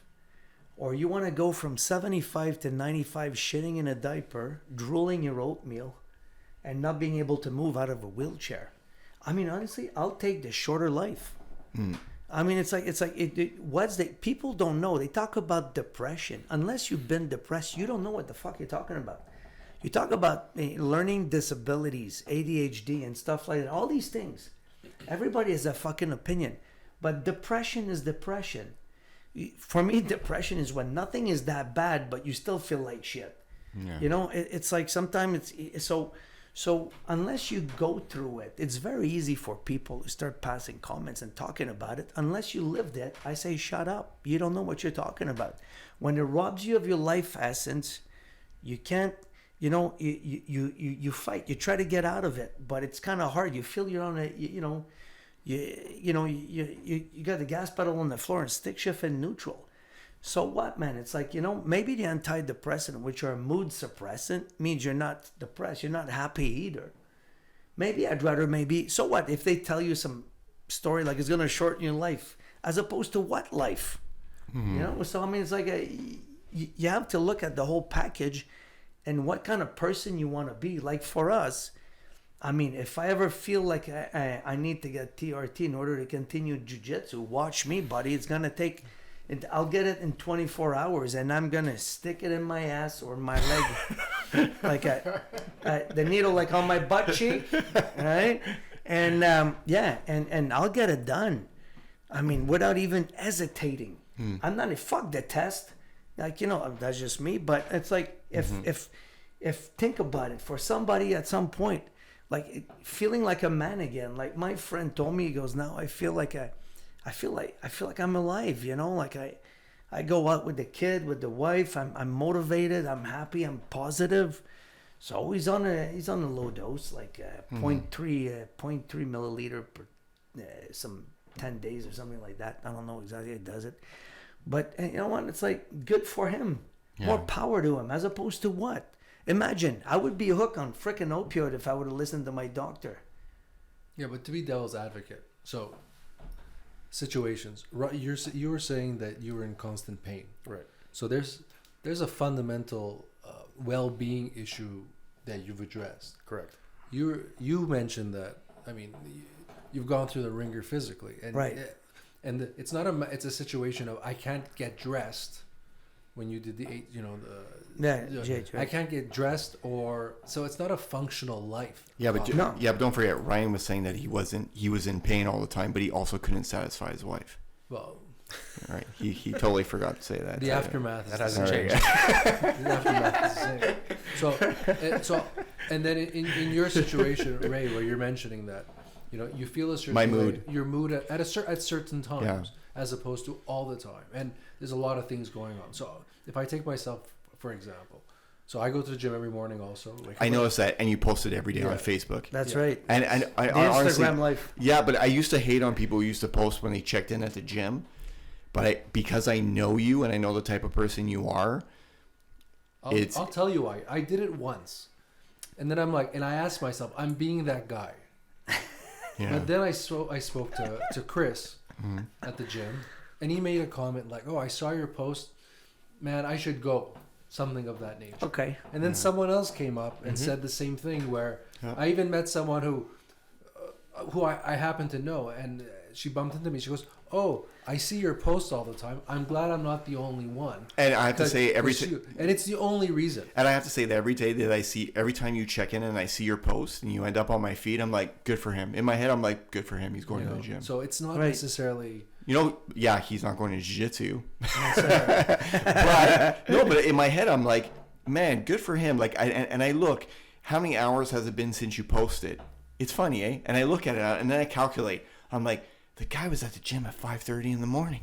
That's badass. Yeah. And it kind of motivates me. For sure. If I have to teach that night, or I want to go train at noon, and I've been like, oh, do I go? I see your post, and I'm like, the guy was at the gym at 5:30. The guy's a white belt. The guy has kids, yet he's making time to go to the gym early in the morning. And this is what it is. Who are we following? Are we following these quote-unquote influencers that are out there selling us bullshit, or are we grabbing support from the people around us, taking motivation, turning it into our personal discipline, and we can do Very good point. Jiu-jitsu as well. Smart point. You know what? Grab people, come to the gym, try it out. Everybody's fucking depressed. Everybody has all kinds of issues. Come find an outlet. I brought one of my buddies. He actually showed up last Tuesday. He's dealing with some issues. He came once, twice, 3 times. I thought he broke last Thursday with Phil. Next day, he called me in the morning. He says, I'm fucking coming back on Tuesday. He's posted his picture on Facebook yesterday. He's in his gi with his white belt tied nicely. You know what? For a guy like this could change the guy's life. Lifesaver. My point was being that the days that I miss the gym, I don't feel the same. Waking up early, waking up 2 hours before getting to the shop or to the office, there are other outlets you need to extinguish before you jump or there are other things you can do to try to improve before going to the opioid or the this or the for that. sure. Absolutely not to say is mental illness an issue? It's a real thing. Is chemical imbalance a real thing? Yes, it is. Is there risk aversion from medical professionals for other things? Sure. You saw someone that you randomly were assigned from a website, from the government website, who spent 8 minutes with you. How much of a history is that? So based on 8 minutes of conversation, based on risk aversion and based on the questions you're asking, here's their 2 cents. And when you go home, and if you do it or you don't do it, no skin off his back. In your case, Ryan, you're getting you have the resources, or the ability to get tested regularly. You know, there's someone doing it Right. who got it off a website Yeah, for and sure. is doing it and is not being tested regularly. That's right.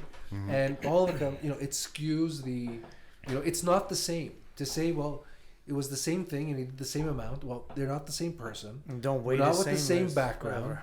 You know, isn't, you know, hasn't been training since they were, you know, 17. Can satisfy their wife. You know, it's not the same. You know what I mean? Right. For sure. So, it's. You said something in regards to the gender fluid topic, which we talk about all the time. It's because it's one thing, it doesn't mean it's something else.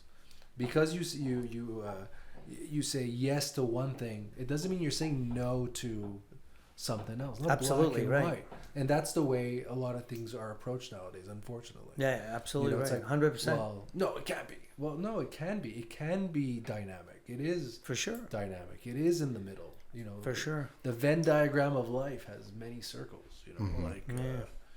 so. These are things like, you know, I have 3 kids. I own a business. I go to the gym in the morning because I don't want to go in the evening because I'm tired. I don't go to Marc's morning classes because when you start at 7, I'm already at work. So 4:30 is the time I wake up to go to the gym. Same here. You know, because that's what it is. And 7:30, you know, on Tuesdays and Thursdays, we're at the gym at 5. First class ends at 5:45. Second class finishes at 6:30. Luckily, I'm 5 minutes away from the gym. 3 kids and my wife. We're all at jiu-jitsu. We drive home. You know, here's Discipline some is food. discipline. You know, crack 3 eggs, eat it, come back. You know. What do they say about going to the gym? Is it better to go early in the morning, or is there like For strength, they say afternoon is probably the best because your body's had a chance to get everything in balance. But in this world, get there. That's right. Does it fucking matter? It doesn't matter. But before morning, it's better going than not going. right? Because at the end of the day, you're already tired, so it would be harder to motivate yourself to go to the gym. Right? You know, like I saw one of the moms that their son does jiu-jitsu also, and she's the first person to like my posts most days. She beats me. You know, and I'm like, and I saw her today in Vaudreuil, and she's like, I wake up at 5. I have my routine. I'm like, oh man, you should start working out. Routine's Yeah. the key. Oh, this, that. I go, you know what? And I said it. 3 push-ups is more than 0. 5 push-ups is more than 3. It counts. It does count. You know what I find? It's like, it's not to break discipline. I give you an example. Some days it happens. Sure. You're tired.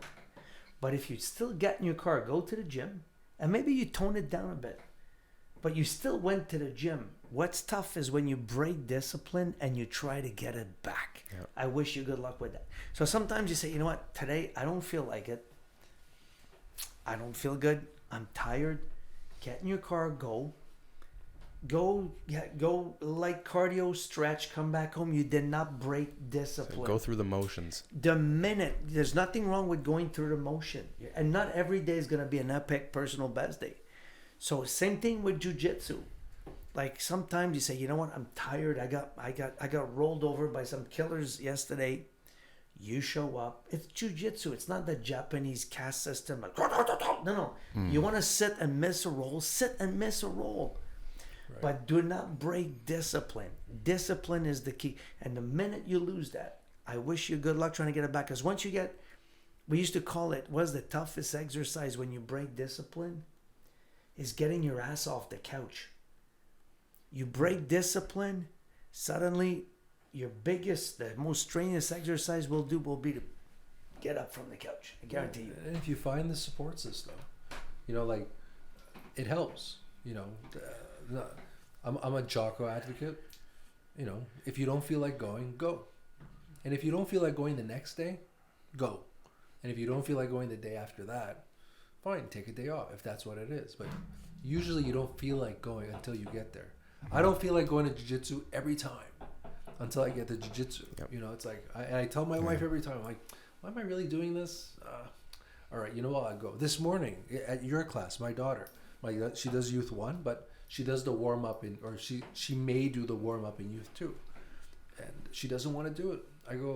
She goes, oh, I get so tired. And I'm like, you know how you can fix the getting tired? By doing the warm-up. By doing it. She goes, oh, but you know, when I do it, this happens. I go, you know how you can fix that? by doing it. Oh, but I get so hot and tired. I'm like, you know how you can fix that? When you don't feel like doing that warm up, you know what you can do? She's like, do She's that like, Daddy's so annoying. She's like, do that warm up. How many around this table have shown up to jiu-jitsu, story of my life, and I say, okay, tonight I'm gonna do techniques and I'm not gonna roll. Guess what I did? 5 rolls. Yeah. Mm-hmm. It's always the same. You're there, you go and do it. Now, you know, so get off and go and You just go in the fetal position, get smashed. that's right. Wait for the 30-second bell. You know, That's right. embrace the suck. But you know what? Like a guy like with Onnig's posts in the morning. Yeah, are they annoying to the general person? Yeah, but who gives a shit? That's the right. couple of people that grab it, if they go and then someone grabs that, we got to take the energy that we have and make that the type of thing that It's people contagious. start following. Yeah. Right? Because everybody's looking towards everybody's bullshit. Everybody's following this person who bought this, and it's not helping anybody. This stuff helps. There's a lot of other things to complain about on Facebook. Exactly. Other than my 5:30. Right. And my Macho Man That's GIF it. file I That's post it. afterwards. And if ever you want to complain about something, just go look at Mark's Facebook page. He's always posting. My wife is hilarious. She's like, if ever I'm at work and I'm not entertained and I want to be entertained, I go on Mark's page and it entertains me. You know Because what? Mark is always posting thing about either Canadian politics or something controversial. Or his And video series. It's hilarious because my wife will come home and be like, "Did you see what Mark posted today? But you know what? Can you It's like, believe he one of my- posted that?" One of my character, well, some people will call it my character flaw, but I don't think it's a flaw. I've always enjoyed stirring the pot. I'm the type of guy who will start something, then lean back and just watch the table erupt around me, you know? Like, so sometimes Facebook's for that. Like I've posted things that I really, disagreed with or agreed with when actually the post was the opposite, but I thought that's gonna be a good pot stirrer. Well, You and know? it's funny because you think about it. My wife is not involved in jiu-jitsu at all. She's only involved in jiu-jitsu because she'll see people that I'm connected to on Facebook or Instagram or things like that. But she's taken the time to read your stuff. You realize I got some phantom fans. Like they say, listen, I couldn't like this because I work. There's a guy. He hates Justin Trudeau more than I do, and it's so funny because, oh man, I loved it, but I can't comment because I get tons. I get like My wife is in the same boat. She works for the city. So there's some things that you post that my wife's like, I read it, but I'm not commenting. Mark has a broken spine and no filter. That's right. Yeah. That's But there has to be guys like that. sure. There has to be guys Listen, you like know that. what? You get to a point. Life gets you, and I know I'm in a position. I don't run a business, so I don't have a public. But it's like you get to a point. It's like liberating when you say, "I just don't give a shit anymore," and it's a good thing. I understand. Like maybe 20 years ago, I would not have been able to do that. But no, I really don't care. Like you can call me whatever you want. I'm not gonna get upset. It's all good. But it's not from a malicious place. No, of course That not. also makes a factor. I mean, For sure. stirring the pot for sport is one thing. Yeah. Being malicious for the sake of being No. malicious is something else. You know Listen, what I mean? got some friends which are politically diametrically opposed to me, and it doesn't bother me whatsoever. And it's like who knows? Maybe they're right, I'm wrong. Like you have to admit. But yeah. So I think it's fun to stir the pot, and a lot of time I put. What's scary is that you put something stupid. It's almost like satire, and they take it for real. Like, dude, I meant this as a joke. Like lighten up. Do you guys follow any of the jiu-jitsu stuff online? Like I do. You do, yeah. But it's like first of all, I more by curiosity. Did you look at that 10K? What's his face putting up 10K? Yeah, I read it. I barely skimmed it because I didn't have time. But it's like everything else. Cowterra. Was it Yeah, Cowterra? Cowterra and Kenyon Duarte. No, Can you pull that up for me? yeah, it was Cowterra. Not with Duarte. No, who was it? It was another guy. No, but I have his. So actually, what you can do, Chris, which is your second or third job as the guy at the computer, which is my new Jamie. Can you pull up the? No, don't pull up. Yes, look at this guy, man. He's already on it. I haven't even finished speaking, and he's already on it. That's right. So I actually have the. Yeah, you could play it. So just, yeah. Beautiful. I shut off the volume just so we don't get kicked off of YouTube or whatever. But the next fight is actually his fight. Okay. Yeah. So for those that don't know, Duarte just got he got caught for. I don't know what he was caught for, but He was caught for dosing, but he said that he got it from a supplement, if I'm not mistaken. yeah, everybody who There you hasn't go. gotten I it know. from a There you go. supplement? So he was actually his world title got removed from competition. So right after this happened, these past 2 weeks, he was scheduled to fight at Fight to Win. Right. On the weekend. Which Fight to Win was it? I think it was Fight to Win. Chris, what was it? Fight to Win 132, was it? Which Fight to Win was it? If you scroll up just for the fun of it, does it tell you if you minimize it? I'm pretty sure it's 132. 136. 136. There you go. Thanks. Yeah, Fight to Win 136. So he's fighting. Oh man, this is. So I didn't get a try. I always watch the Fight to Wins. If you're not subscribed, are you guys subscribed to Flow Grappling at all? No. I do. Yeah, it's great. Honestly, if you want to watch jiu-jitsu matches, I follow their Instagram. oh, it's so much fun to watch. I think it was $80 for the year. Something like that. I don't know, something like that. It's around $80 for the year, but almost every weekend they have a new Fight to Win promotion, and you get to watch like from blue belt all the way up. You get to watch matches, and they'll have it's only super fights, and they start incorporating judo too, which is cool. So they have judo super fights, which is really interesting to watch. And the judo super fights, they follow a specific point system based on Fight to Win, which is really cool too. Different than Olympic judo. Yeah, definitely. Yeah. So this is his. I haven't watched it yet. This is Duarte's Fight to Win fight right after being like he was removed of his world title because what is it? I think it's USADA, right? That tests. I think so. Yeah, I think so. I think they test now. So this is his first fight back, basically after being removed. Not to be Duarte got caught, but listen, I was looking at some other guy. I was walking. What's the name of that kid there? He's a brown belt. Did he get his black there? His name's Gracie, but not related. I saw a picture of him in 1 year. What happened to his body? Like I think it was more than a protein shake involved there. Okay. Like, more than the Ryan TRT, right? Jonah something. Gracie. I don't know. Don't worry about it. Here, I'll do it. I was busy. I'll find it out. And Jonah Gracie. No, hold on. It's sorry. I'll find it right now here. Huh?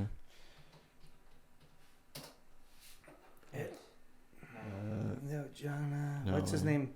He fought some of our guys, and he was. I look at what's his name? No, not John. What's his name? No. I'll find it. So there he is, Mr. Duarte. And it's like I look what happened to his body, and I remember like Gambo in Las Vegas fighting a guy, and Gambo was not a weak guy. He's physically strong, and he said he had a nice deep cross collar grip on the guy, and the guy just went like this. Just got rid of it. Yeah, he goes, my hand just slid down the collar. He goes, I've never seen that. So this is the match we're watching. Saturday's Fight to Win. We're at 9 minutes and 49 seconds, and it's obviously a no-gi match against Vinicius Ferreira. And a good black belt match. I haven't watched it. I usually, every Saturday, if there's an event, I'll watch it from start to finish. The amount of variation between all the different styles and the belt levels is super interesting. It's really fun to watch. They do gi, no gi, all in the same event, all super fights, plus the judo portion of things. It's really cool. And they go all around the States. I'd love to see this venue come in Canada. I'd love to see it. Apparently it's in their plans, but I would love to see it come to Canada. And as a competitor, you can go on the Flow Grappling website on the Fight to Win, and you can actually you could send your request to be a fighter on one of their promotions. So I think you put like your first name, last name, the reason, your belt level, and this and that, and a little bit about yourself, if I'm not mistaken. And Onnig, you can go against this guy. Yeah, go against this guy. And you could actually submit your request. You laugh, but the first competition I went to with my kids, it was last year's mastermind, and I was, I had just started, and so my wife and I, we spent most of the day there. So when it got to what would have been my bracket, I'm like, oh look, these would be who I would be rolling against, and this guy comes out. Huge, jacked. I'm like, I would have been rolling with this guy. Long story short, 29 seconds later, he's tapping to an armbar. I'm like, no factor. So that's his name. I googled image and they show 2 pictures of him, and you see what his geese open like that about neck. He's one of the hottest up and comer. So then the topic comes up: should there be a? He's under who? Andre Galval? I recognize that guy. Yeah. Now, those are some cauliflower ears. Jonatas Gracie. I hope I'm saying his first name properly. Jonatas. Are we getting in trouble if we suspect the guy's juicing or something like that? Maybe. Look at this here. You're not supposed, at 18 years old, you're not supposed to have this type of muscle. That's crazy. The guy is shredded. You think it's creatine? Wow. He's 18 there? I think so. How old is he, Chris? How old is this guy? Try to find another picture from before. He was born in 1997. How old does it make him? 1997? 1 year younger than Brianna. That's more like it. How old is Brianna? 23, I think. So young guy. He's about 23. He's about 23, yeah. So we're still watching Duarte versus Ferreira, and it's a lot of stand-up. A lot of these matches, when I'm talking way too close to the mic, but whenever I watch these big guys grapple, I appreciate so much more the stand-up in it. Oh, you almost tripped him. And I have to say, we don't do that enough in the gi. Stand up. Stand up. We don't do that. And in no gi, so I teach during the week. I teach, 1, 2, 3, 4, 5 no gi classes a week. Okay. And one of those classes is called a takedown class. Right. Which basically, we do takedowns in no gi. It was something they were doing in the past, and I took over the class. And it's basically takedowns based on no gi. And it's funny because when I go back to these fight to wins, all these guys spend so much time standing up trying to go for that. There's takedown. a cross competency thing happening because more and more like these guys will wrestle on the side. Buchecha said the year he beat Rodolfo Vieira, I believe, he said that the difference was that he wrestled that year. Mm. And you can see that's how he wins at the end. He's behind and he shoots that takedown right at the last second, and he puts Vieira on his butt and he wins. So, I mean, it's like, like I said, grappling's grappling. And standing up, I mean, if you're in a tournament and you compete and you're behind and the ref stands you up and you don't have a takedown skill and you're behind or something, then you have to pull guard, try to sweep or something. But if you're a guy who can take down, you can take down, Thing is, like, training takedowns, if you look at judo, wrestling training, I mean, going back to guys like us, it's difficult to do a lot of that because my body does not react well with hitting the mat anymore. Even if you break fall or things like this, you can tell the judo guys at 30 years old, they're pretty much banged up. Like my friend, my late friend Ronnie, who's passed on now, his rib cage on one side was flat, not that regular curve.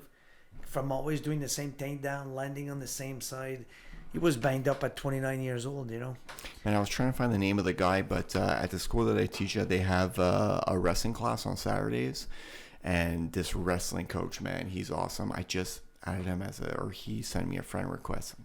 Man, I tried to find his name. I couldn't find it, but how wrestling relates so closely to jiu-jitsu, it's ridiculous. And when I find all these jiu-jitsu guys who are doing the wrestling class before the jiu-jitsu class, it's just they come on the mat and they just totally destroy us.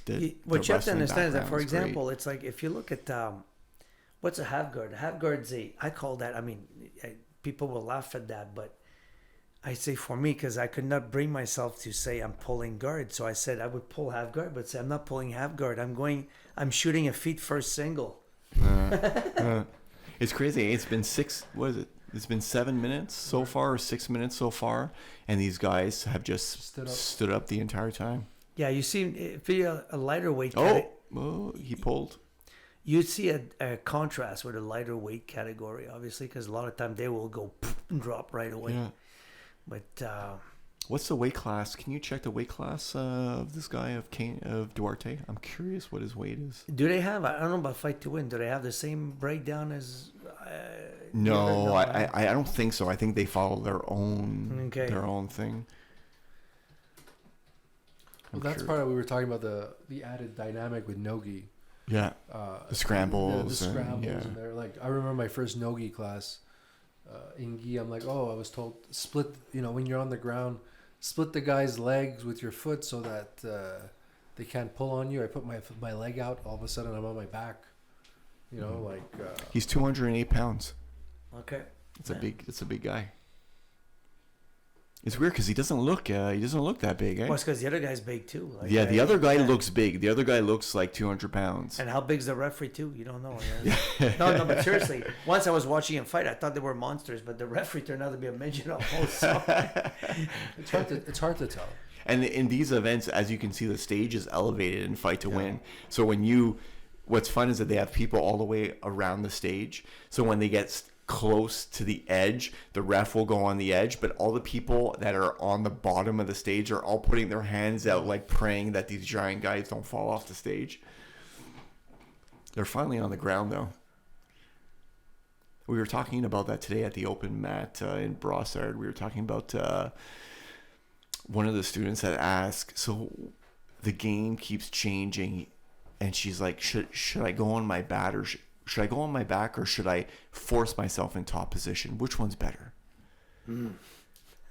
I hate those questions. I was like, I think it's an easy question to deal with. I kind of explained to her, I was like, the game now is that people are evolving, and because so many people are sitting on their butt and pulling guard or pulling half guard, that's becoming that people have to evolve in their passing game. You see that the passing game has completely changed. If the guard game evolves, the passing game will evolve with it. I mean, it's like one goes with the other. I mean, it's like it's for sure.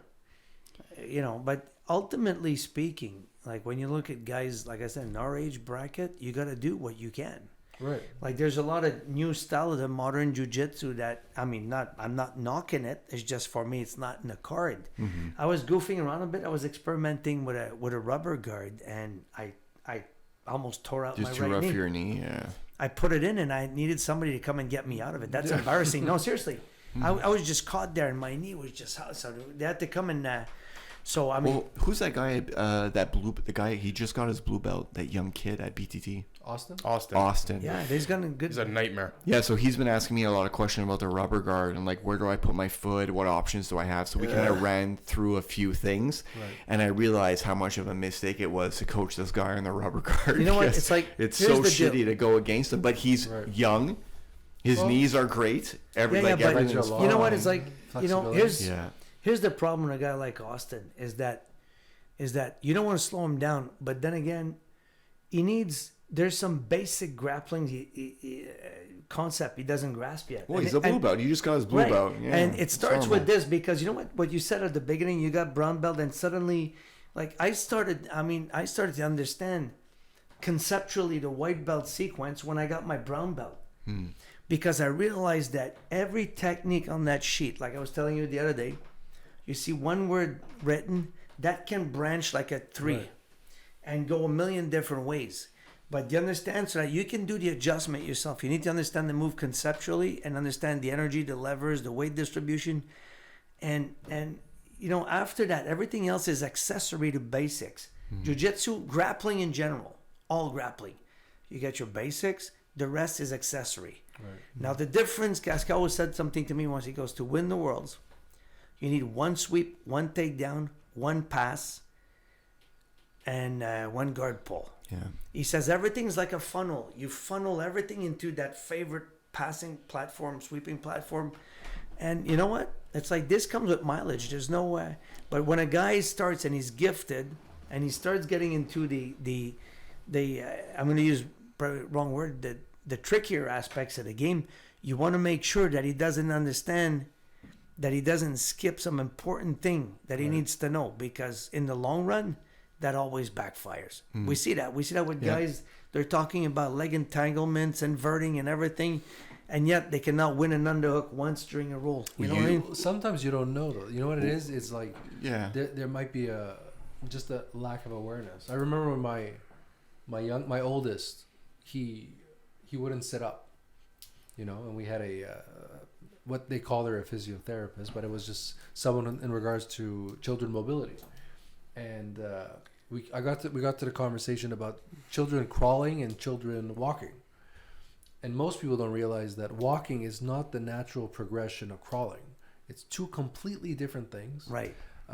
and crawling is actually the first and one of the few things that humans do which need to coordinate their arms and their legs. That's right. You know, Primary rolling pattern that's is the and technical term. kids that skip crawling, for lack of a better term, also in the long run may be less coordinated, Right. you know, might have, and I'm talking about subtle things, but that being able to coordinate upper body and lower body at that age. Yeah, because we've been freaking. Well, because we don't do it. I've say not we. I've been freaking out because I have. Oh wow, did he win? Yeah, Dorte won. All 3 judges, and they spent what 3/4 of the match on their feet. Right. That's crazy. No, because I have my son is a year and 2 months, and he's not walking yet. And I was like you gotta walk at a year. You know, been reading online. And I'm like, oh man, my child is 12 months and is still not walking. Is that okay? And then you get a mixed bag of results, right? So he's a year and 2 months and he's not walking, but he's standing up on his own. He'll hold on to the couch and he'll move from one end of the couch to the other. So he knows he's just not walking yet. So I needed to personally like calm down and be like, he'll walk when he walks. For sure. Thing, you know what they recommend when kids that don't first of all, when people have catastrophic accident and they start rehabbing, what they do is like they make them do what they call primary rolling patterns, which you're lying down on your back. I do them all the time. It's part of my own rehab thing. And they're saying when your kids are babies, buy those tunnels at Toys R Us. Make him crawl a lot. It builds also the diaphragm, the chest muscles for breathing, strength, coordination, like he said. So you know, it's funny because I had 3 kids and they were all different. My son Eric never really crawled. He butt scoot. He sat and just did like he's pulling guard. Right. You know, like when you do the warm up there, that's exactly what he did. He just butt scooted all over the place, using his hand like pushing himself up like a dip and everywhere. So I mean, everybody's different in their development, and you know, yeah. We went to see the pediatrician. He had his like whatever year and 2 month appointment, or actually it was like 2 weeks ago. I was like, yeah, I'm a little worried he's not walking yet. He's like, my son didn't walk until he was close to 2 years old, right. And he's finishing medical school right now. He's like, don't think just because your kid isn't walking in a year and 2 months, then he's going to grow up and he's going to have like issues in school and he's going to have like problems learning and this and that. And he's like, he's learning at his own pace. Just let him do his own thing. My friend's son started to walk at around close to 2. And he went from walking to one day my buddy coming into the house and he was on top of the fridge. He pushed a chair, went up, and he went up. What the hell? You know? So it's like, you know, it's I probably with my first kid would have agonized over something like that too. Yeah. But if you look, for example, Brianna I used to joke around. Like my eldest, Alexandra, could carry a conversation at a year and a half. It was insane. She was talking. And Brianna, at 2 years old, was speaking Klingon. Like, I had no clue what she was saying. But you know what? She'll speak when she has to speak, you know? So it's because she has Alex to talk for her. That's why. That's right. But I mean, it's you know, you gotta let things happen, you know?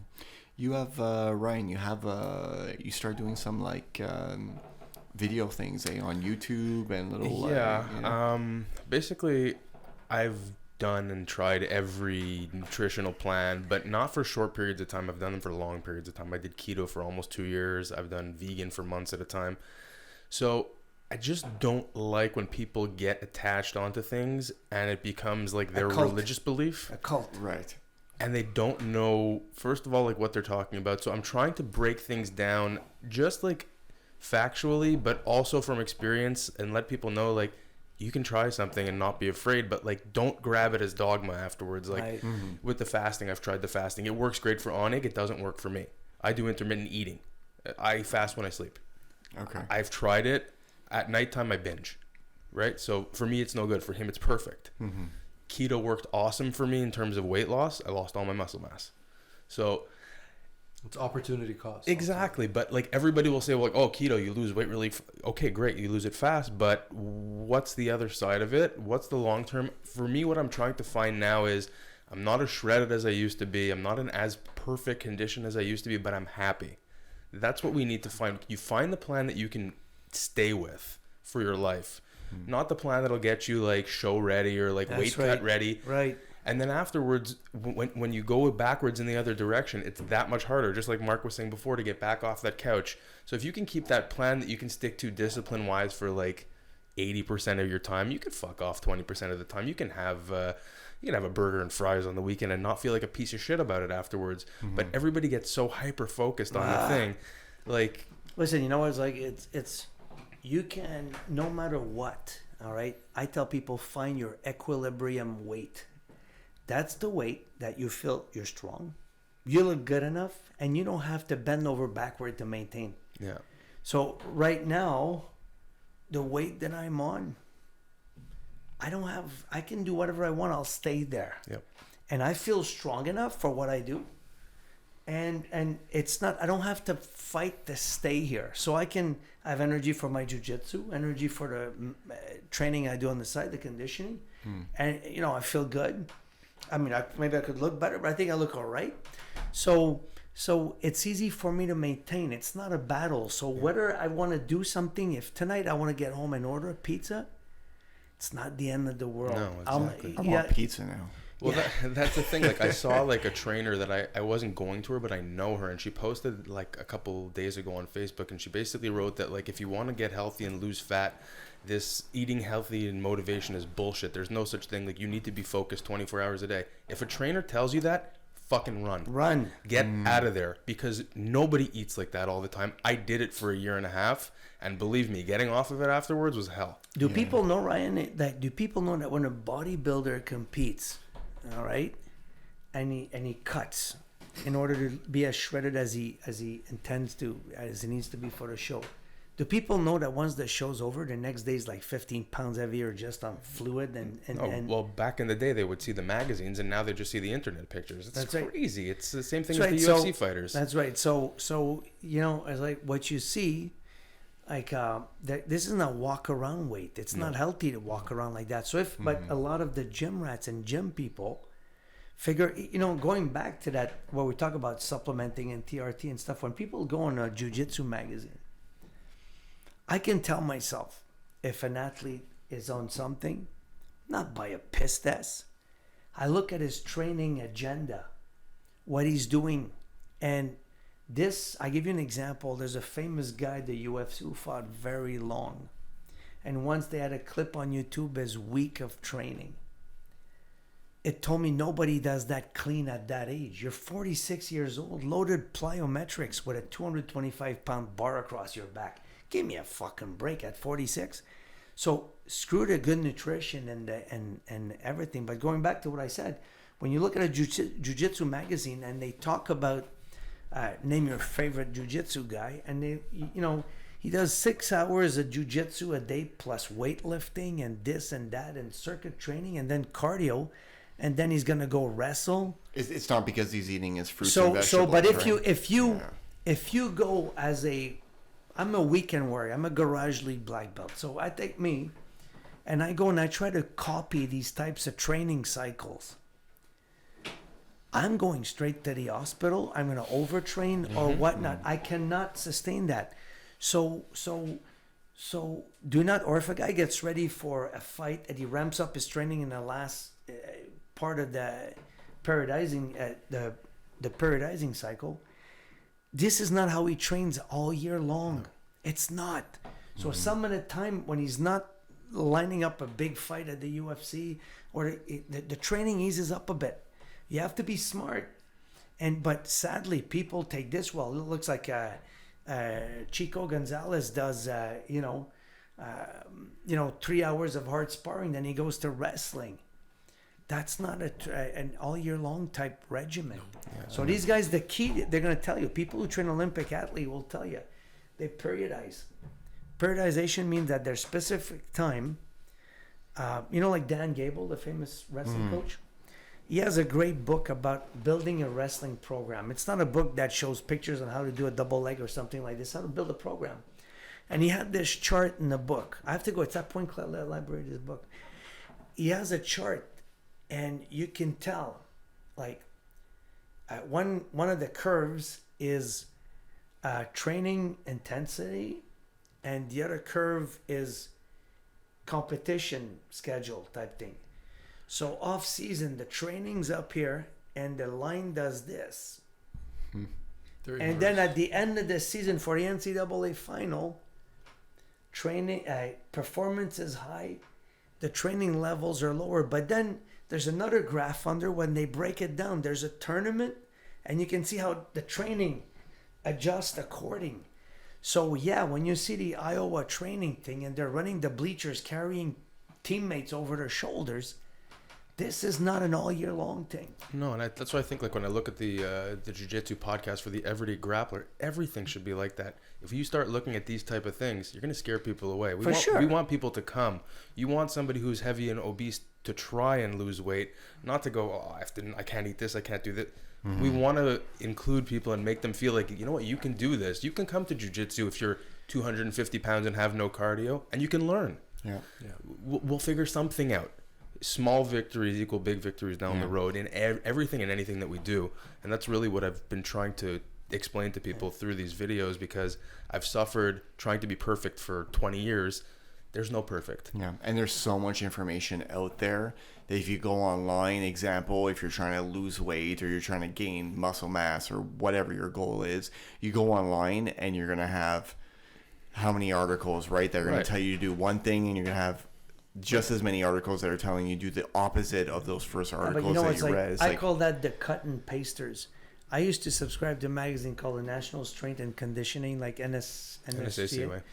And I realized there's a lot of studies which are done about things, and the people who write a magazine cut and paste what they want to hear in the study. So I read a study once that it was about creatine, and it said that it had very little, if no impact, that they could see, and then at the end they referenced it, which is already more than we see in most magazines.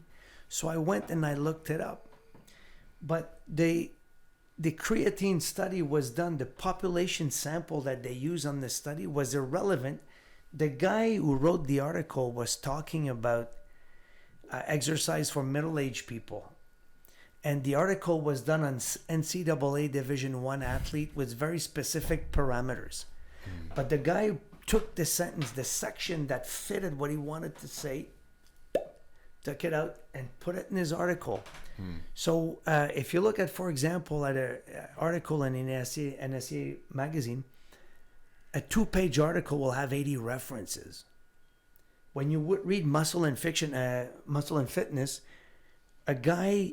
I give you an example. Muscle and Fitness, if I recall, correct me if I'm wrong, was owned by Weider, the whole Weider consortium. Weider has a business that sells you all kinds of supplement and stuff like that. So when they review shit and they give opinions on what you should take or not, nobody's going to say, well, this, it's not. It's like, you buy a running shoe magazine. Nike spends $2 million a year in advertising with that magazine. When they review the shoes, there's going to be a Nike shoe in there, yeah. Trust me that, so everything right now, it's like sponsored. So when you look at your information, I tell people you cannot argue with results. Go out there, try something. If it works, it might not be what exactly the dogma, the rule says you should do, but you're losing the weight, you're feeling good, you got a high energy level, keep fucking going. Yeah. I did the same thing with CBD oil. Right. I wanted to see what all the hype was about and see if it would help my joints, because I definitely play like a huge collar sleeve game when I have the gi on, and it really tears apart my fingers and my joints. I feel super bad. So it's been, I would say, about 3 months now I've been doing the CBD, and here in Montreal, Quebec, Canada, we can actually order the stuff online because now it's legal in Canada. So I ordered it online. It came Canada Post 2 days later. I've been on it for 3 months, and I have to say it's made a difference for me personally. Right. In anything that involves my joints and my grips, and my hands feel better. I can actually close my hand, and it's really good. I take it one step further. I had some before it was legal. I used to get some gummy bears made from a lady there, full THC. A lady there. Yeah, but just I don't want to, because I don't want to put anybody on the spot. There's somebody that got it from it was those gummy bears, and for me, full THC, and instead of Ativan, I'd rather take that stuff, Go to sleep. and to sleep at night. So people said, because it's full THC, did you feel high or something? I don't know. I took it. Asleep. I took it. I slept like a baby. So now it's legal, and we have all kinds of stuff at home, and I tried this spray thing there. It's fully loaded with CBD, but with How's that? Yeah, but it's for sleeping. I don't know. I feel good. I sleep great, but it's like when I know I don't take it every night because I'm not a fan of turning something into a habit. But when I can tell when my body starts acting up and I know it's gonna be a rough night, I'll do it. And I messed up one night actually because we have all these products at home, and I went to bed late after watching TV, and there was a nice big bar of chocolate on the counter. I ate it all. I slept like a baby. But so I can't tell you if it makes me feel a certain, because I take it to You're sleep. asleep. I don't have any hang-ups with that either. It's like what we talked about. Like I do the same thing with the CBD. I take it right before I'm going to sleep, and then I fall asleep. So is it CBD alone or CBD with full THC? with THC. That's right. Yeah. So, I take it. I go to sleep, and sorry, I don't. I'm asleep, so I don't feel anything. That's right. And after 3 months, I feel like my joints feel better. So is that a result? Can't argue with that. Yeah, I can't argue. Is that a result of THC? It's been a little over a month now that I've removed all sugar. For anything that involves desserts or things like that from my diet. So I only take sugar in my coffee now. I'll put like 2 small little teaspoons of sugar in my coffee. And I went from 195 pounds to 183 pounds in a little over a month. One of my clients dropped. Which is pretty crazy. One of my clients dropped. He's not dining like a savage there, but I said, you know what? He tried everything. And I said, ease up. Let's do it. Like cut sugar, and if you're up to it, cut down on the starches. Well, he's one a bit of a more of obsessive guys. He cut all starches, and in 11 weeks dropped 10.5 kilos. Wow.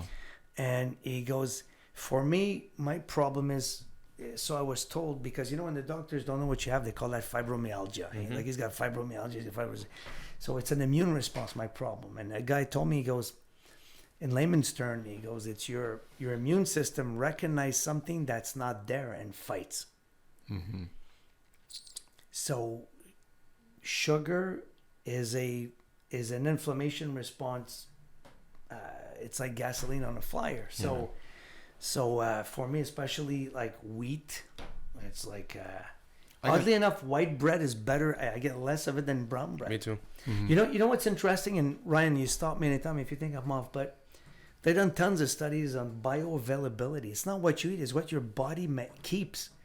I'll give you an example. Technically speaking, if you read the package, the nutrient on a pack of brown bread, of brown rice, you read the list of nutrients, it's better than what's in white rice. But the problem is that brown rice, which I don't remember the explanation, is less bioavailable than white rice. You can't digest it. So those nutrients you get, which are technically in there, just go through you like shit through a goose. Mm-hmm.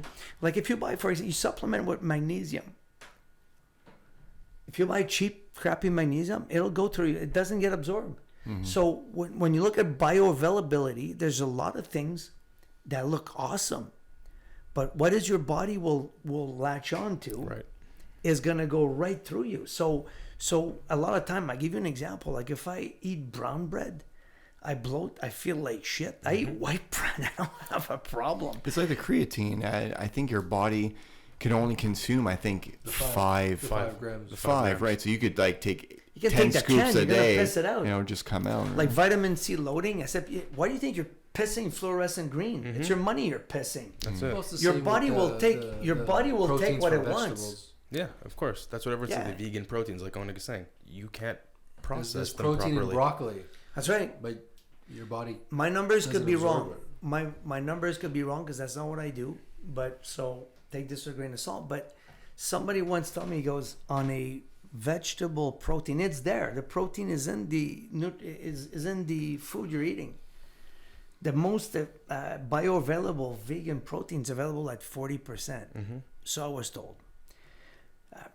We can research those numbers. Maybe it's plus minus, but anyway. So yeah, there we go. So we have, and then the guy says, if you look at an animal protein, it's available between 80 and 95%. So that makes a lot of beans I need to eat. You know, so which I'm not saying it's impossible, but most vegans I know that have success with it take about $150 a supplement a month. It's crazy. Like, because they know. So don't tell me that your diet is complete just with fruit and veggies, because the people that do it take a lot. When they show a power lifter who competes in a non-tested federation, when they show a guy like that and he says he's vegan and he's winning, because he supplements with a lot of things that you and I will never touch, right? On top of the nutritional supplements and everything. So man, I'm just saying, like, it's hard to see. I don't know where's a good source to find out. But you want to look at things, you want to know what's bioavailable, not what's in it, because what's in it might mean like. Chris pulled up to meet protein recommendations. The typical moderately active male vegan needs only 2.2 to 2.6 grams of protein per 100 calories. And the typical moderately active adult female needs 2.3 to 2.8 grams of protein per 100 calories. That's a 9% protein diet that they're telling you that you need, which is complete horseshit. Yeah, it's ridiculous, eh? Yeah. Also, too, with food, a lot of these foods that get vilified, like, it depends when you're eating it. After you train, if you're eating white rice and a nice healthy protein and some vegetables, you're going to be just fine. No kidding. After I lift weights, I have rice and chicken or rice and steak or rice and a protein shake, because that rice hits you right away with the creatine and your protein. It gets right, your blood sugar gets going immediately, and that's what you want. That's when you want it. But like everything else, everyone says, I can't have this, I can't have carbs, I can't. Yeah. But why? They don't know. Oh, my inflammation's going to go up. What's inflammation? I'll ask a person. It's inflammation. You don't know what the fuck you're talking about. But that's the agenda. Like exactly. You're saying, why does people want it easy? Mm-hmm. You know, and again, the conversation. Like you mentioned something about your walk around weight. When you're like, I was 232. I'm like, okay. When I started Weight Watchers the first time, and I'm like, man, 232. I was always over 200 pounds. You know, I'm like, if I hit 220, 215, I'm like, and I thought that would be difficult. Right. You know, and I passed 220, hit 200, and, you know, the first time hit mid 190s, I looked white as a ghost, you know, but I was, I'm like, wow, I looked unhealthy skinny, but I was 195 pounds. Gained some weight again. Now I'm, you know, still down to, you know, 196, 197. You know, but with exercise, not just because to complement the diet, right. You know, these are all things which have to factor in.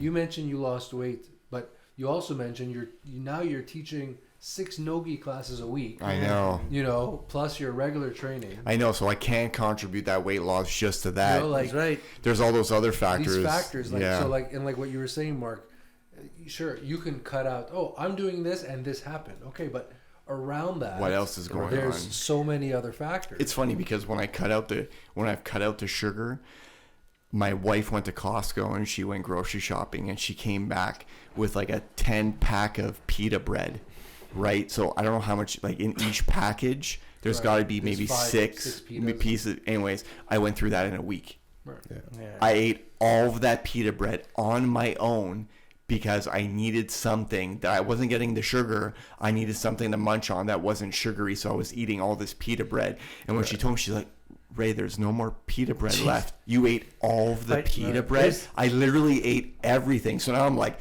Okay, I need to stop eating so much pita bread.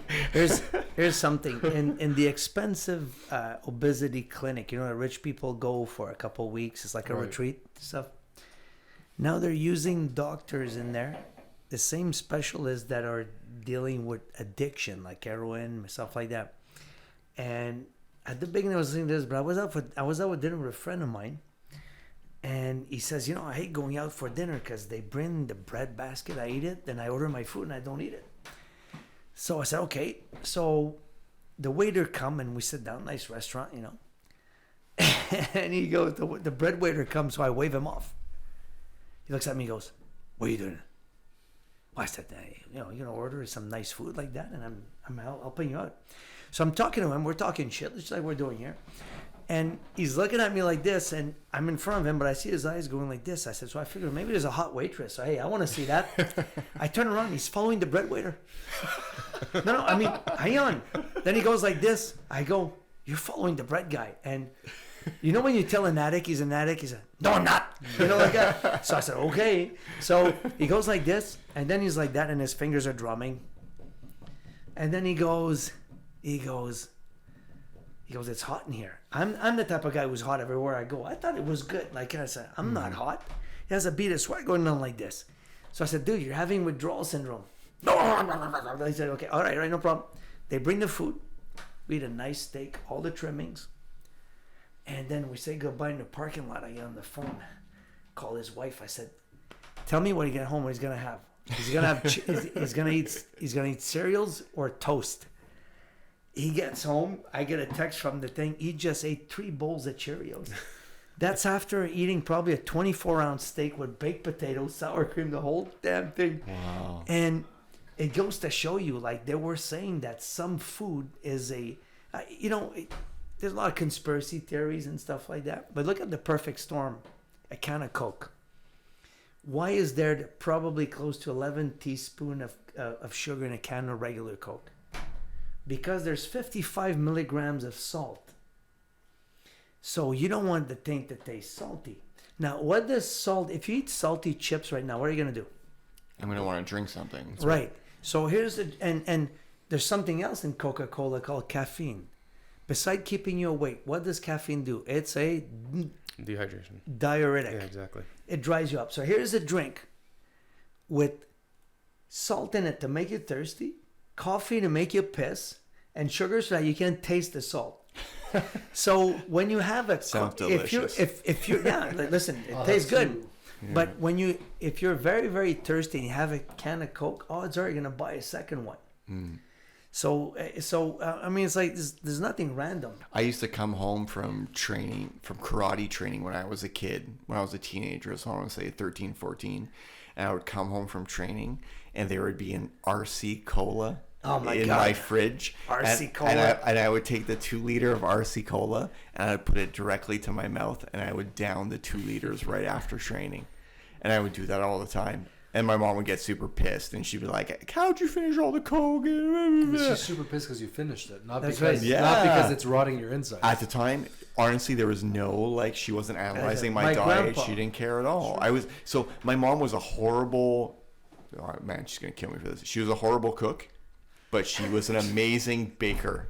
So we would always have. I don't think he knows enough jiu-jitsu. Yeah, I know. So she couldn't cook, but we always had dessert. Amazing dessert at the house. So I grew up at lunch, there had to be dessert. Right. My dad expected dessert. At dinner, my dad expected dessert. So we always had dessert. So growing up, when I turned 18, it was the same thing. I moved out on my own, and I had to have dessert at lunch, and I had to have dessert at supper. Right. And I did that all the way through my 20s and my 30s. And it's only when I met my wife, my wife was like, you eat a lot of sugar. That's crazy. You shouldn't be eating dessert that often. Right. And it's only since I had my kid, I was like, I have a problem. I have a sugar problem. Right. I've been doing it for 30 years. I've been eating sugar for 30 years.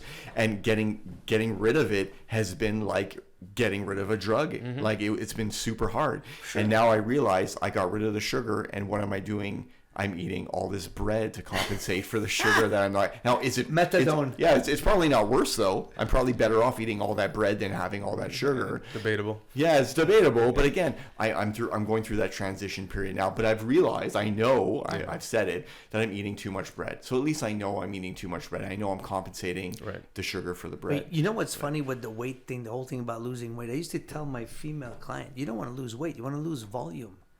Volume is what my eyes see.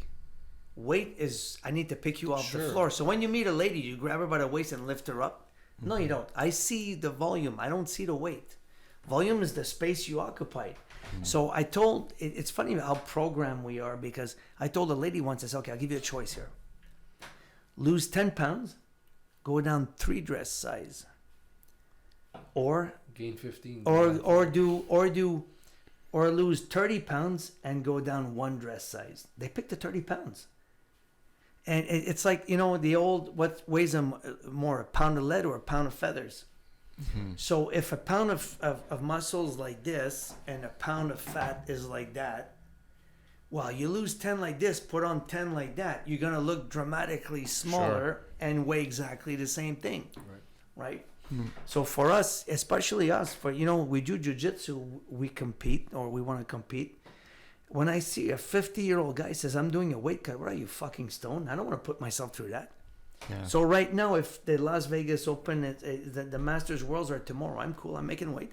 Yeah. I told my students now, I push a lot of the students to go to do the Mastermind Cup, because a lot of those students have transitioned over to the gi, and I'm trying to figure out like skill sets and skill levels and all that stuff, even though they're going to pass their exams like everybody else in the gi and work their belt levels and this and that.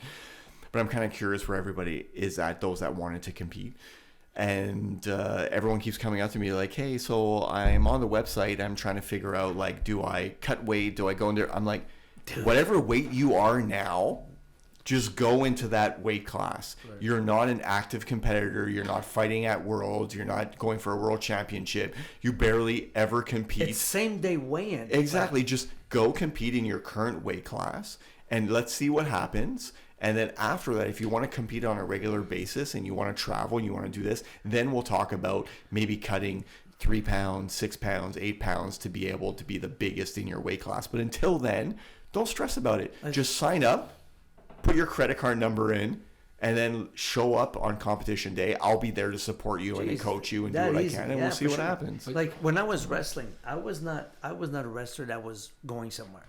Like I was, I was like middle of the pack, barely, And I never had fun competing, because I was the guy who an hour before had to go skip rope with a plastic bag in a sauna, make weight. And my last year, I got the epiphany. I said, you know what? I'm going nowhere with this shit. I'm not on Team Quebec, let alone Team Canada. I'm not going to the Olympics. I'm doing this as I like it. I went up 3 weight class. And you know what? My ranking didn't change. I still suck the same, but no. But I mean, what I'm saying is that. But suddenly, I can tell you. But the only time I had fun competing was that year, because I showed up. I felt good. I didn't feel like, because dehydration, like when you weight cut and it's not going well, you feel like a hangover. You got a head spin. You got a, you dry mouth. It's not a good feeling. You're dizzy, lightheaded. And now I'm going out there.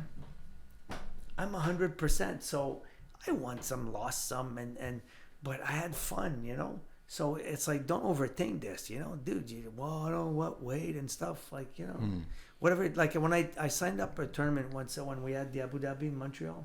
Sadly, nobody showed up in my weight class, so I didn't fight. But it was pro weighing, right? That was blue belt. I made it to 159 to fight but I did. Alicia helped me with that, so I did.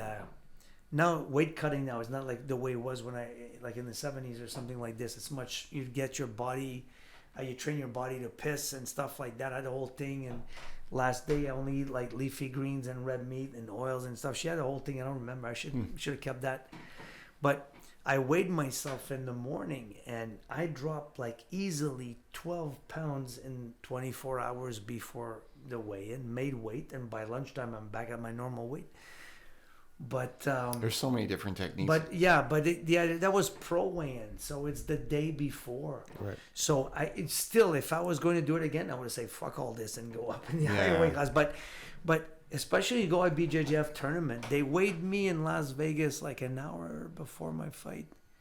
Imagine if I had to go and run around the building in Las Vegas heat to lose the few. You know what? It makes no sense whatsoever. I remember going to a tournament in Toronto when I was at Gracie Baja, and we were like 3 guys in the hotel room, and I was still like, I didn't make weight, and my coach gave me a container of cream, and he's like, Oh, sweating cream. That's brutal. He's like, put this all over your body, wrap yourself in your covers in bed, and he's like, just sit there. Don't worry, you'll cut the weight. Oh, yeah. So I put all this cream. It was like Vaseline. I put it all over my body, on my Makes you legs, on sweat. my chest. I wrap, and I was like, what is happening? Immediately, what is happening to my body? Water is pouring down. My sheets are like soaked. I ended up getting out of bed, and I put myself on a scale. I was like, I'm on weight. You know, some guys are big sweaters. Like I remember, I think it was Lee was cutting weight. He was getting an MMA fight. And the morning of the fight, it's like he's like, the weigh-in's at 12 at lunchtime, and he's 12 pound over when he gets up in the morning. He sits in the sauna, and he's like this, and I'll never forget his fingers. Looks like taps going like this. He's a big sweater. Me, I'm not a big sweater. Yeah, I don't. me neither. So it's like, for me, it's a freaking nightmare, that stuff. But that cream he did goes, it. don't worry about it. He goes, I'm fine. It's just like, yeah, that cream. Or you can go lose the last couple of pounds in the tub. Do a wet cut, they call. Yeah. The more muscle you're holding, the easier it is to cut weight. Right. Yeah? Yeah, because muscles is like 90% water. So That's right. I used to do the sea salt. Whenever I needed to cut, I would do a sea salt bath. Yeah. Yeah. Or, Epsom sorry, salts. Epsom salt Yeah, bath. put rubbing today. Yeah, Epsom salt bath. Put a liter of rubbing alcohol in super hot water with Epsom salt. Sit in there. If there's the last 3 pounds you're gonna lose, they're gonna be Didn't you do that this morning? This afternoon, You I guys took an saw Epsom salt pictures bath of it? just for recovery because there's magnesium in there. Yeah, but for sure, yes. You find it helps for recovery? Recovery. Yeah, recovery. Got it. Well, once in a while, I just like to just try all these different I things. thought you were doing this Okay. podcast with no shirt on. That's what you said. You know what really helps for me? That's how you you know know what? Saturday morning. I was like, You know what's great? It's ice baths. I love that. For Yeah. me, ice baths are great. And you know the idea, if you're not used to it, to step in when it's loaded with ice and water is a bit of a shock. Yeah. What you do is that you put it like tiède, we say in French, like lukewarm, I guess, like just tepid, and you have the ice next to you, the bags, and you add the ice while you're sitting in it already, so it cools down as opposed to you stepping in it. Like that's a little more hardcore, but yeah, that works well. Yes. But you know, there's something else. Recovery is not a disease. You speak to a lot of athletes, and they think that recovery is part of the training program. It's not something that's over and above. Like you got to plan and factor it in, because now guys are much smarter. In the past, in MMA gyms, they used to train like savages, like 6 days a week. What's his name? Matt Hughes was saying when he was at Militich camp, he said that every fight, by the time he got to UFC, he was nursing an injury or something like this. These guys spar full tilt every night. The old bullshit thing, like, you know, you want to be a lion, train with lion things. Yeah, sure, but there's not like all the time. Freddie Roach said that at his gym, his boxers, they spar hard like once every 2 weeks, and the rest they do more sparring drills and stuff like that. And when I was boxing, every night was like friggin' world championship boxing, you know. So now people are smarter with their training, smarter with their nutrition, and I think that's the big thing. well, there's people giving direction. I mean, even with the weight cut, it's because it's what you see. If there's UFC every weekend, well, they're talking about weight cuts from Thursday to fight night.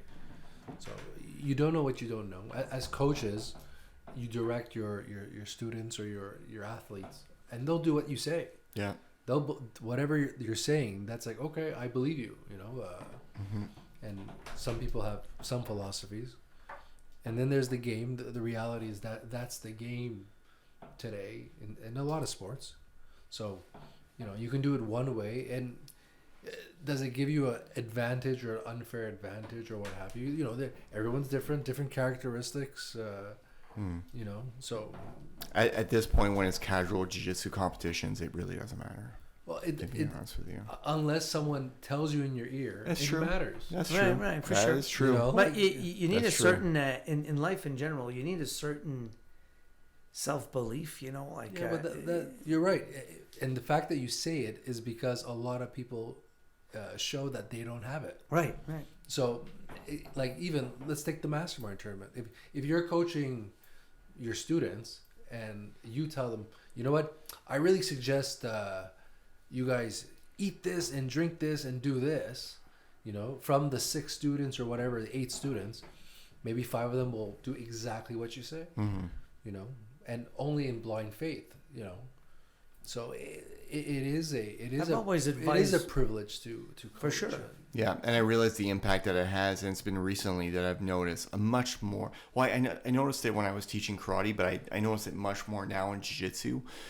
In the jiu-jitsu people that I'm teaching, they're very they hang on to every word that you say. Oh, yeah. So I'm not saying that I be careful when I speak. I am the way that I am. But I need to be careful when I'm guiding them. I really want to make sure that I'm trying to guide them in the best direction possible. Because if I told them to do X, Y, Z, they will. Most of them will do X, Y, Because Z. in jiu-jitsu, it's like drowning in the ocean. Yeah. Because if you're and no disrespect to other martial arts, if you like when my son did karate, do your katas, do your movements. Someone's not sitting on you. Right. You know what I mean? Someone's not choking you out. You spar right away in You're jiu-jitsu. sparring, Day so- one, poof. So you're like, okay, I'm figuratively drowning in an ocean and literally being choked out. Yeah. Oh, that's what I'm supposed to do? Tell me what I'm supposed to do. Yeah, I had this man. I would say he's maybe 36 or 37. He's got to be half of my size. I want to say he's oh man, he's got to be a little over 4 feet. The guy is really short. He weighs 105 pounds. And he's like, coach, I really don't know what to do. I come to jiu-jitsu all the time. No one is my size. I'm always rolling with bigger people. I'm constantly getting smashed. He's like, should I change my diet? Should I bulk up? Should I train more? Should I go to the gym? Should I do this? He's like, I don't know what to do. And in my head, I'm like, oh man, this guy is really looking for guidance. He loves jiu-jitsu so much. And if I tell him the wrong thing, it's either he'll continue coming, or maybe he'll be like, screw it, it's not for me. I'm going to do something else. And I told him the only thing that I knew. I was like, just keep coming to jiu-jitsu. It's every girl in our Thursday class or our Tuesday class. They go through that every day. Not everyone's Brianna that, we're like, oh, now we're concerned from the little girl who's about to kill us. Yeah. Yeah. I tell people in general, especially when they don't have the physicality that some have, I tell them, I have the same spiel. I said, listen, you know what? In a sense, see this as a advantage because you cannot compensate with brutality, with strength. So if you stick to this, I tell them, if you keep coming, at some point, I remember Gumby as a white belt or as a blue belt. He was very good, don't get me wrong. But you could always bend him out of, and he got smashed more than his share. But guys like him will develop a skill set much quicker than somebody who's able to compensate with power and brutality or strength. Because of necessity. Right, it's a necessity. So they have no choice. They have to be technically perfect. So I always tell them, if you make it the purple belt, buddy, we're all in deep shit here. Because no, seriously, I've seen that with a few guys that stuck to it. And now at their stage, they're killers. Look at Gumby. I mean, the guy hands me my ass every time. Yeah. And it's like I'm bigger than him, probably physically stronger, but for him, he didn't have that default position. As a blue belt, I could torque myself out of a lot of position. Him, he didn't, so he had to slick himself out of position. And in the long run, I tell these people, it's hard. You're gonna take your beats. But your game will be light years ahead of those people later on. And me, I even told at BTT, we have a kid, Evan. Evan, I don't know if you listen to this, but Evan is out there and he's not built like Bo Jackson. He showed up as a white belt and Cascal was class and stuff. He's in the back of the line, keeps his mouth shut and gets hammered. And when I was looking at him, I said, fuck, I hope he doesn't quit. I'm looking at this going like, one of those things. He's been coming back nonstop, gets his blue belt, comes every time he come. I am convinced that this guy he's gonna end us our asses, because now suddenly it's not the same. They don't walk all over him like they used to. And so he has a skill level that is beyond where he should be, because he had no choice to acquire it. So I tell the little people, don't get discouraged at the beginning. It's normal. But you guys are just on the path. You're on the accelerated program. You just don't know it. Yeah, you'll eventually catch up That's to right. everybody You'll else. catch up. So I try to keep them motivated with that, because there's no compensation from them. It's like, you see the girl. Well, you look at Gabriella, how good she's become. You know. And these girls, I don't know the other girls as much because they don't come to. But Gabriella goes. She's in my 7 a.m. class, and she rolls with KJ, which is a former football player at 275, and she nails him. So, and that's something that you mentioned before for the opposite spectrum to be aware of that. Right. You'll run out of that. That game plan will Right. plateau. Yeah. You know, like right, it'll stop, and there's no way. There's no way that this will not be there for you. And even if it's there for the longest time, when you're my age, and that game is gone, because guys will speed you. Even I might be stronger than DK, yet he can run circles around me. You know, so the mobility, the stuff, the reaction time, because athletes, strength is the last thing you're gonna lose. What you're gonna lose is your reaction time. I did some striking sparring with Will once. Oh my God, I hadn't done that in a while. It's like I had a flock of bees next to me. I'm just swiping. I said, what the hell's happening to me? And it's not because I didn't know what to do, or technically I didn't have the skills. it's because you chose to spar with the devil. No, right. But my reaction time was simply, I'm in the wrong decade here. Yeah. So this you'll lose that type of thing. So if your game is based on athleticism and your longevity, you're gonna start, as opposed to a guy like Evan, which starts frustrated and goes up and gets better and better, and then it gets more fun. Then he goes more, he starts to handle himself, and then he's a killer. You're gonna go the opposite. You'll be satisfied here, and as you move on, you're gonna get more and more frustrated.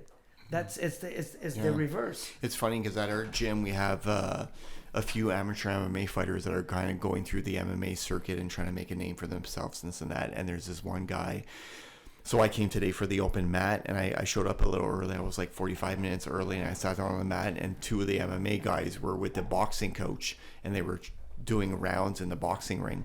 And then when they were done, the boxing coach basically stuck around and was like, oh, you were doing this and this great, but you need to work on this and this.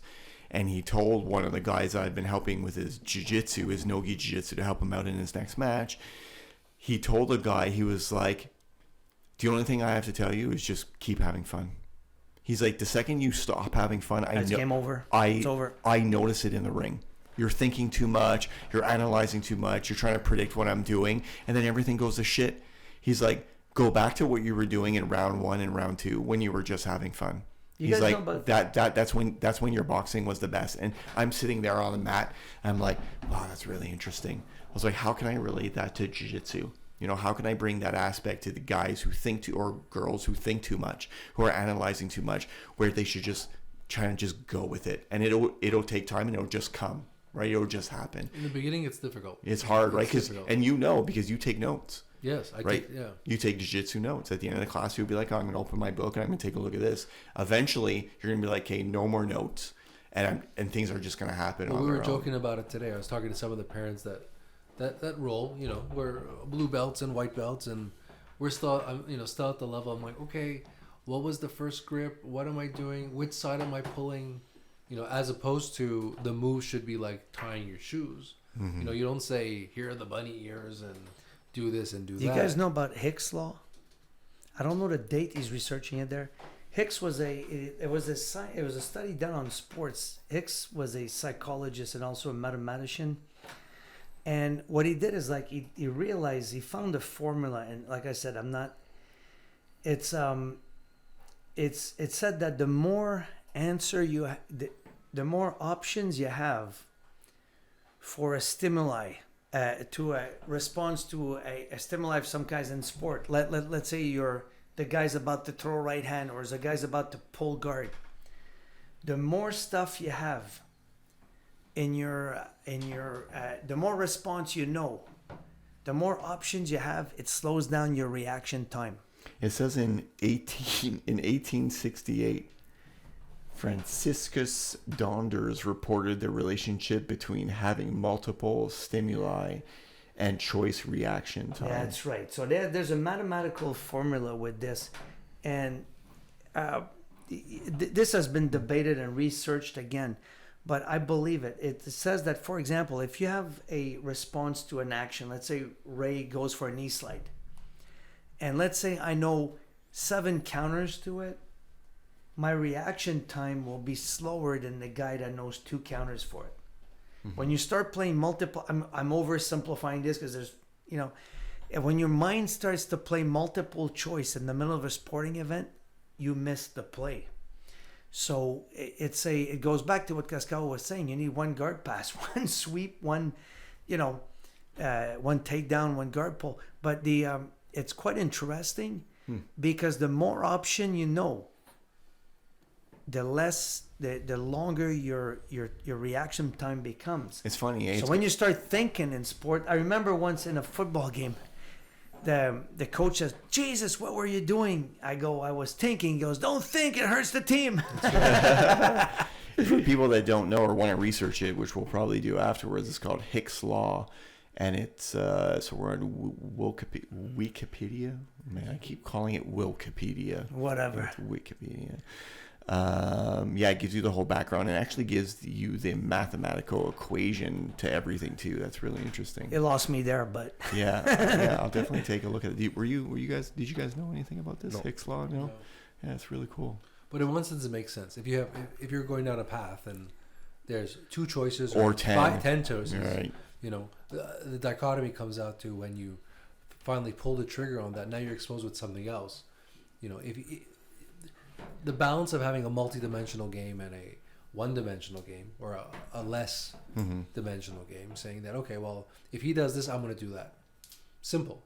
The only problem is when he does this and you do that and it doesn't work, how quick do you secondary reaction? Yeah. And hence the fluidity of playing multiple choice in your head, like in the Terminator. Guys, you get ask a question, he has the multiple choice. The minute you start doing that, you're done. This is why, like, in whatever, I studied that through another field as martial art, but more like for hand-to-hand combat with military and stuff like that, and they were studying some of this. That's how I got this. But so when you start playing multiple choice in your head, it's game over. You cannot do that. So which is what happens quite often when I roll with people which are much better than me. If I roll with Cascao, he goes somewhere. The minute I start playing multiple choice in my head, I get swept right away. When I pull the trigger right away, might not be the optimum movement, I still get swept. No, but I mean, it's like suddenly I get a little further than I would.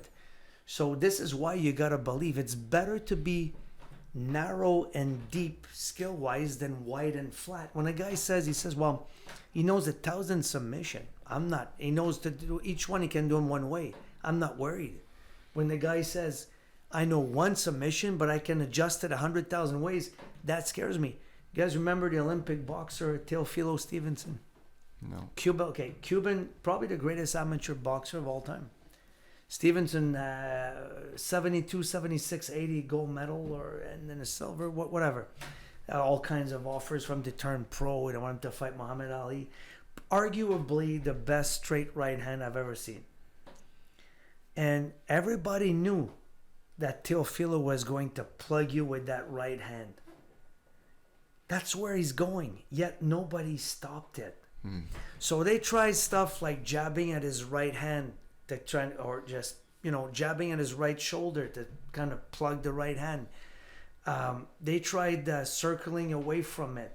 They tried countering his right hand with a right hand. Whatever, the usual shit you see, and yet he landed it, and it looked like somebody was shot with a gun. You told me this once. You said the best submission in jiu-jitsu is when you go for a submission and your opponent knows exactly what you're going for and you land it anyway. That's right. So you can do the adjustment. So we all fall into the trap of, I want to, a lot of reason. Like I was learning about some aspects of the game of jiu-jitsu. In my mind, I'm learning it not because I want to play it, because I want to learn it, understand the concept so I can short circuit it when it's happening to me. I will never use that shit. But if I know how to do it, how to teach it, when somebody pulls the trigger on me, I'll be able to short circuit it. So for me, I need to know it. But it becomes more, it's like reverse. My learning method is reverse engineering. Like I like to just go back the other way so I can learn it first and then learn how to undo it. Mm-hmm. But that's just me. Well, this is where, again, in all sports, scouting, tendencies, instinct development. So what we're talking about here is, instinct as opposed to direct reaction. But we'll sit in class, we'll sit in fundamentals, and someone will ask a question, and Fred will be like, "Well, if it's against Pascal, he'll do this, this, this. If it's against Gumby, he'll do this, this, this. If it's against John, he'll do this, this. If it's against Ray, he'll do this." As in, like, the higher level guys, they know everybody's game. Mm-hmm. They still get caught. That's right. Yeah. They have the game plan. They still get caught. Or I know where Pascal's going. Every time, he rarely surprises us. I don't think he doesn't surprise you, yet he goes exactly where he wants to go. And that's what's nice about, like, at our club, where we have such a, I've been to a Thursday class where we've had 4 black belts in the line. Right. It doesn't happen every week, but it's happened. Yeah.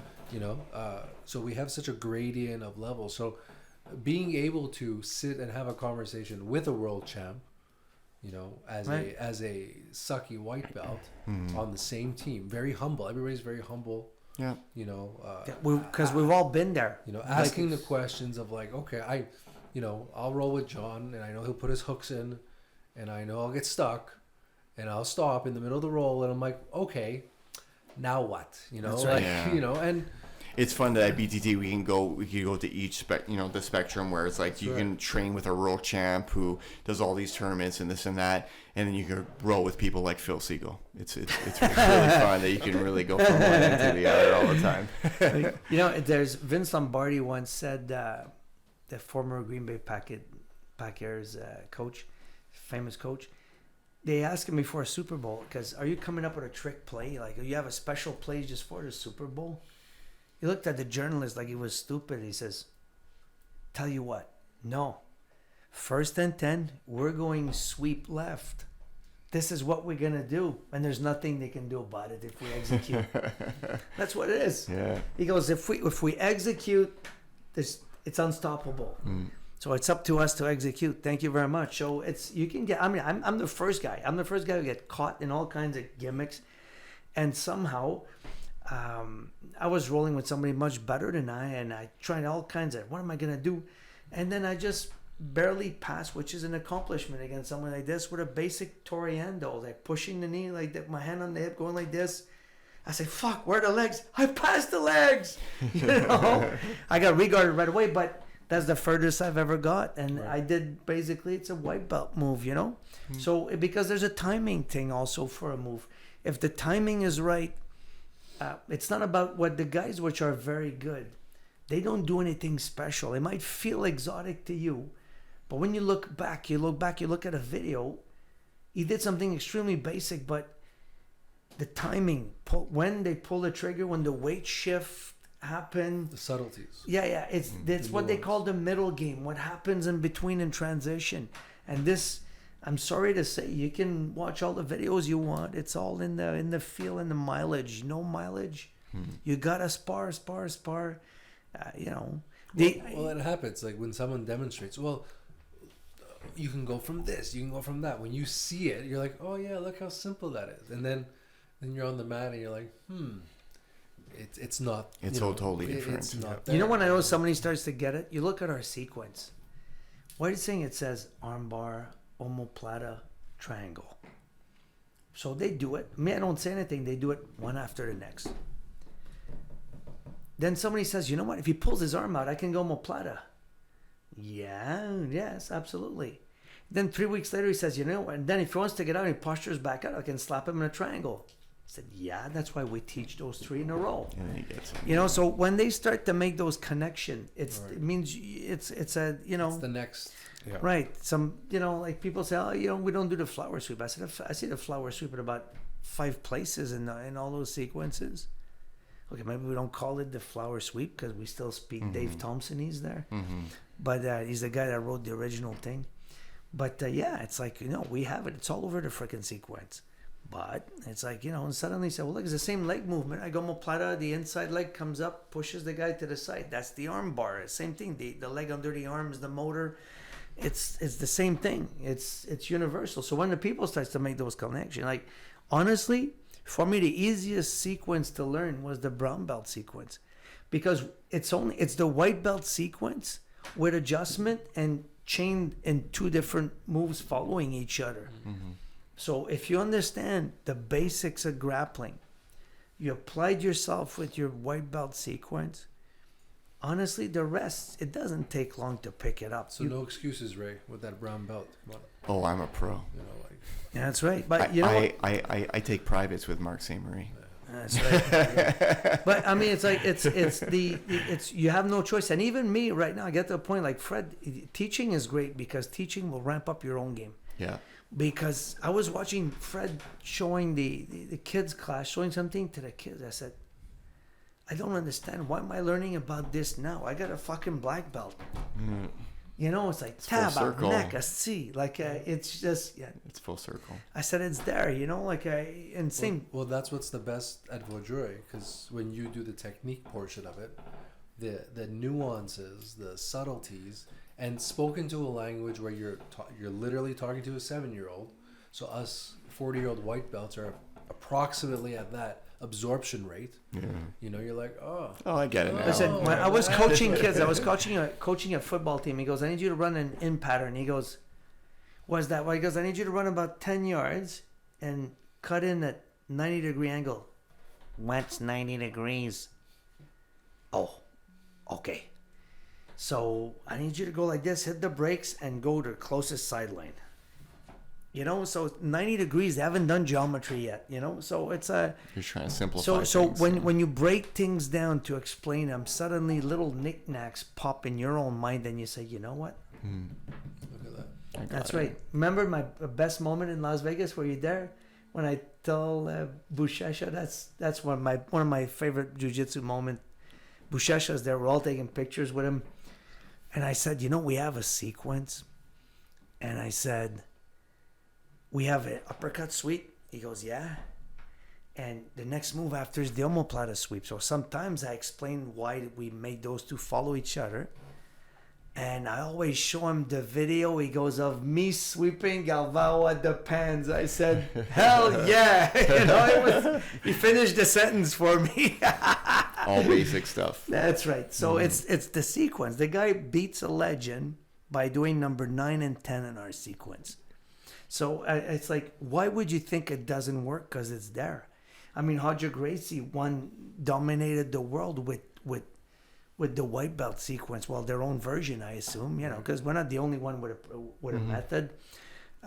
You know, I know probably all the big school have a curriculum and stuff like that. So, but it's basics. Once you got to grasp it, it's like Roger Gracie was what, scissor sweep X choke from mount, or basically here's the game, arm bar from guard. And so it's as simple. It's a good game to model, you know. That never gets old. Remember when he came back for his match with Bushesha? He came back after 10 years of not competing on the jiu-jitsu circuit, or 7 years, whatever. And he fights in a super fight Bushesha, which was the world champion or one of the best. You're talking about monsters here. We saw Bushesha. Remember, the guys are freaking oof. So everybody says, well, I know Roger's been out of it. He did a bit of MMA. He's just teaching and stuff. And Roger freaking chokes out Bushesha in like freaking a minute. It's like it's on YouTube. And look at how he chokes him. Break it down slowly and you will recognize it's basics. Buchecha was so afraid to go in Hodger's close guard. Nobody gets into. You don't want Hodger Gracie has ties like this, and he's long-legged. It's like Austin, taller with legs about 5-inch diameters bigger. So when he closes that close guard, You're not going anywhere. No, he said in a seminar, he goes, you know when my close guard opens? He goes, when I decide to. He says That's cool. So I mean, it's basics. You cannot skip that phase. And I'm telling you, teaching it, like a lot of time with a kids class, when we take a kid and you say you're gonna be a professor and teach that kid, I'm doing it for the benefit of the kid who's a professor. Right. They go in and not okay. So they're trying. You can see they're forcing to remember it, to explain it to the other kid. So that's for the benefit of the explainer. Yeah. So when somebody puts you with a guy who just started as an adult, and he says, and you say, show him, don't go, ugh. That's for your own fucking benefit here. Yeah. And if it's like, now you're gonna have to break it down in your head, and the guy's not gonna get it, Right. and you're gonna have to work it out now. Right? So it's beneficial. It's great. It's the best thing. Anyway. Onnig, tell everybody where they can find you online. Facebook, Onnig. I think it's Onnig K. Instagram, Twitter. Good. So every time that you're at the gym, people can start liking it. They can. Nice. They can. Awesome. Funny gifts. Ryan, what about you? What you got going on? I'm on Facebook as Ryan Schwartz, and on Instagram, if anybody has any questions, nutrition, TRT, I'm open. I talk about anything. It's at antidadbod1. I love it. Somebody else stole the 0. That's friggin' awesome. Nice. Marc Ste-Marie, everyone already knows. You can find him on Facebook. Go follow his posts. It's super entertaining. His daughter, Brianna Ste-Marie, super fight coming up on March 7th, also against our last guest. That's right. Right? That's true. Marco, Right. Luciana Marco. So, yeah, it should She's be a really nice girl. interesting. Yeah, should be good. Guys, thanks for coming. Hey, I really our pleasure. appreciate it. You guys are welcome back. Did we get anytime. sidetracked or what? No, 22. I don't know. It's been about 3 hours. Jeez but, Louise, that's a record, isn't it it? is. It's great. This might be the most listened to podcast coming up. I don't know. Phil's going to hate on us if it is. That's right. What are you going to do? Good. Thanks for coming, guys. All right. Perfect. Thank Our you. pleasure. Good. You've been listening to Let's Talk Jiu-Jitsu with Raymond Terrence. Go follow us on Facebook and Instagram. And don't forget to subscribe to our YouTube page. Turn on notifications and press that like button. Thanks for listening. We'll see you on the mats.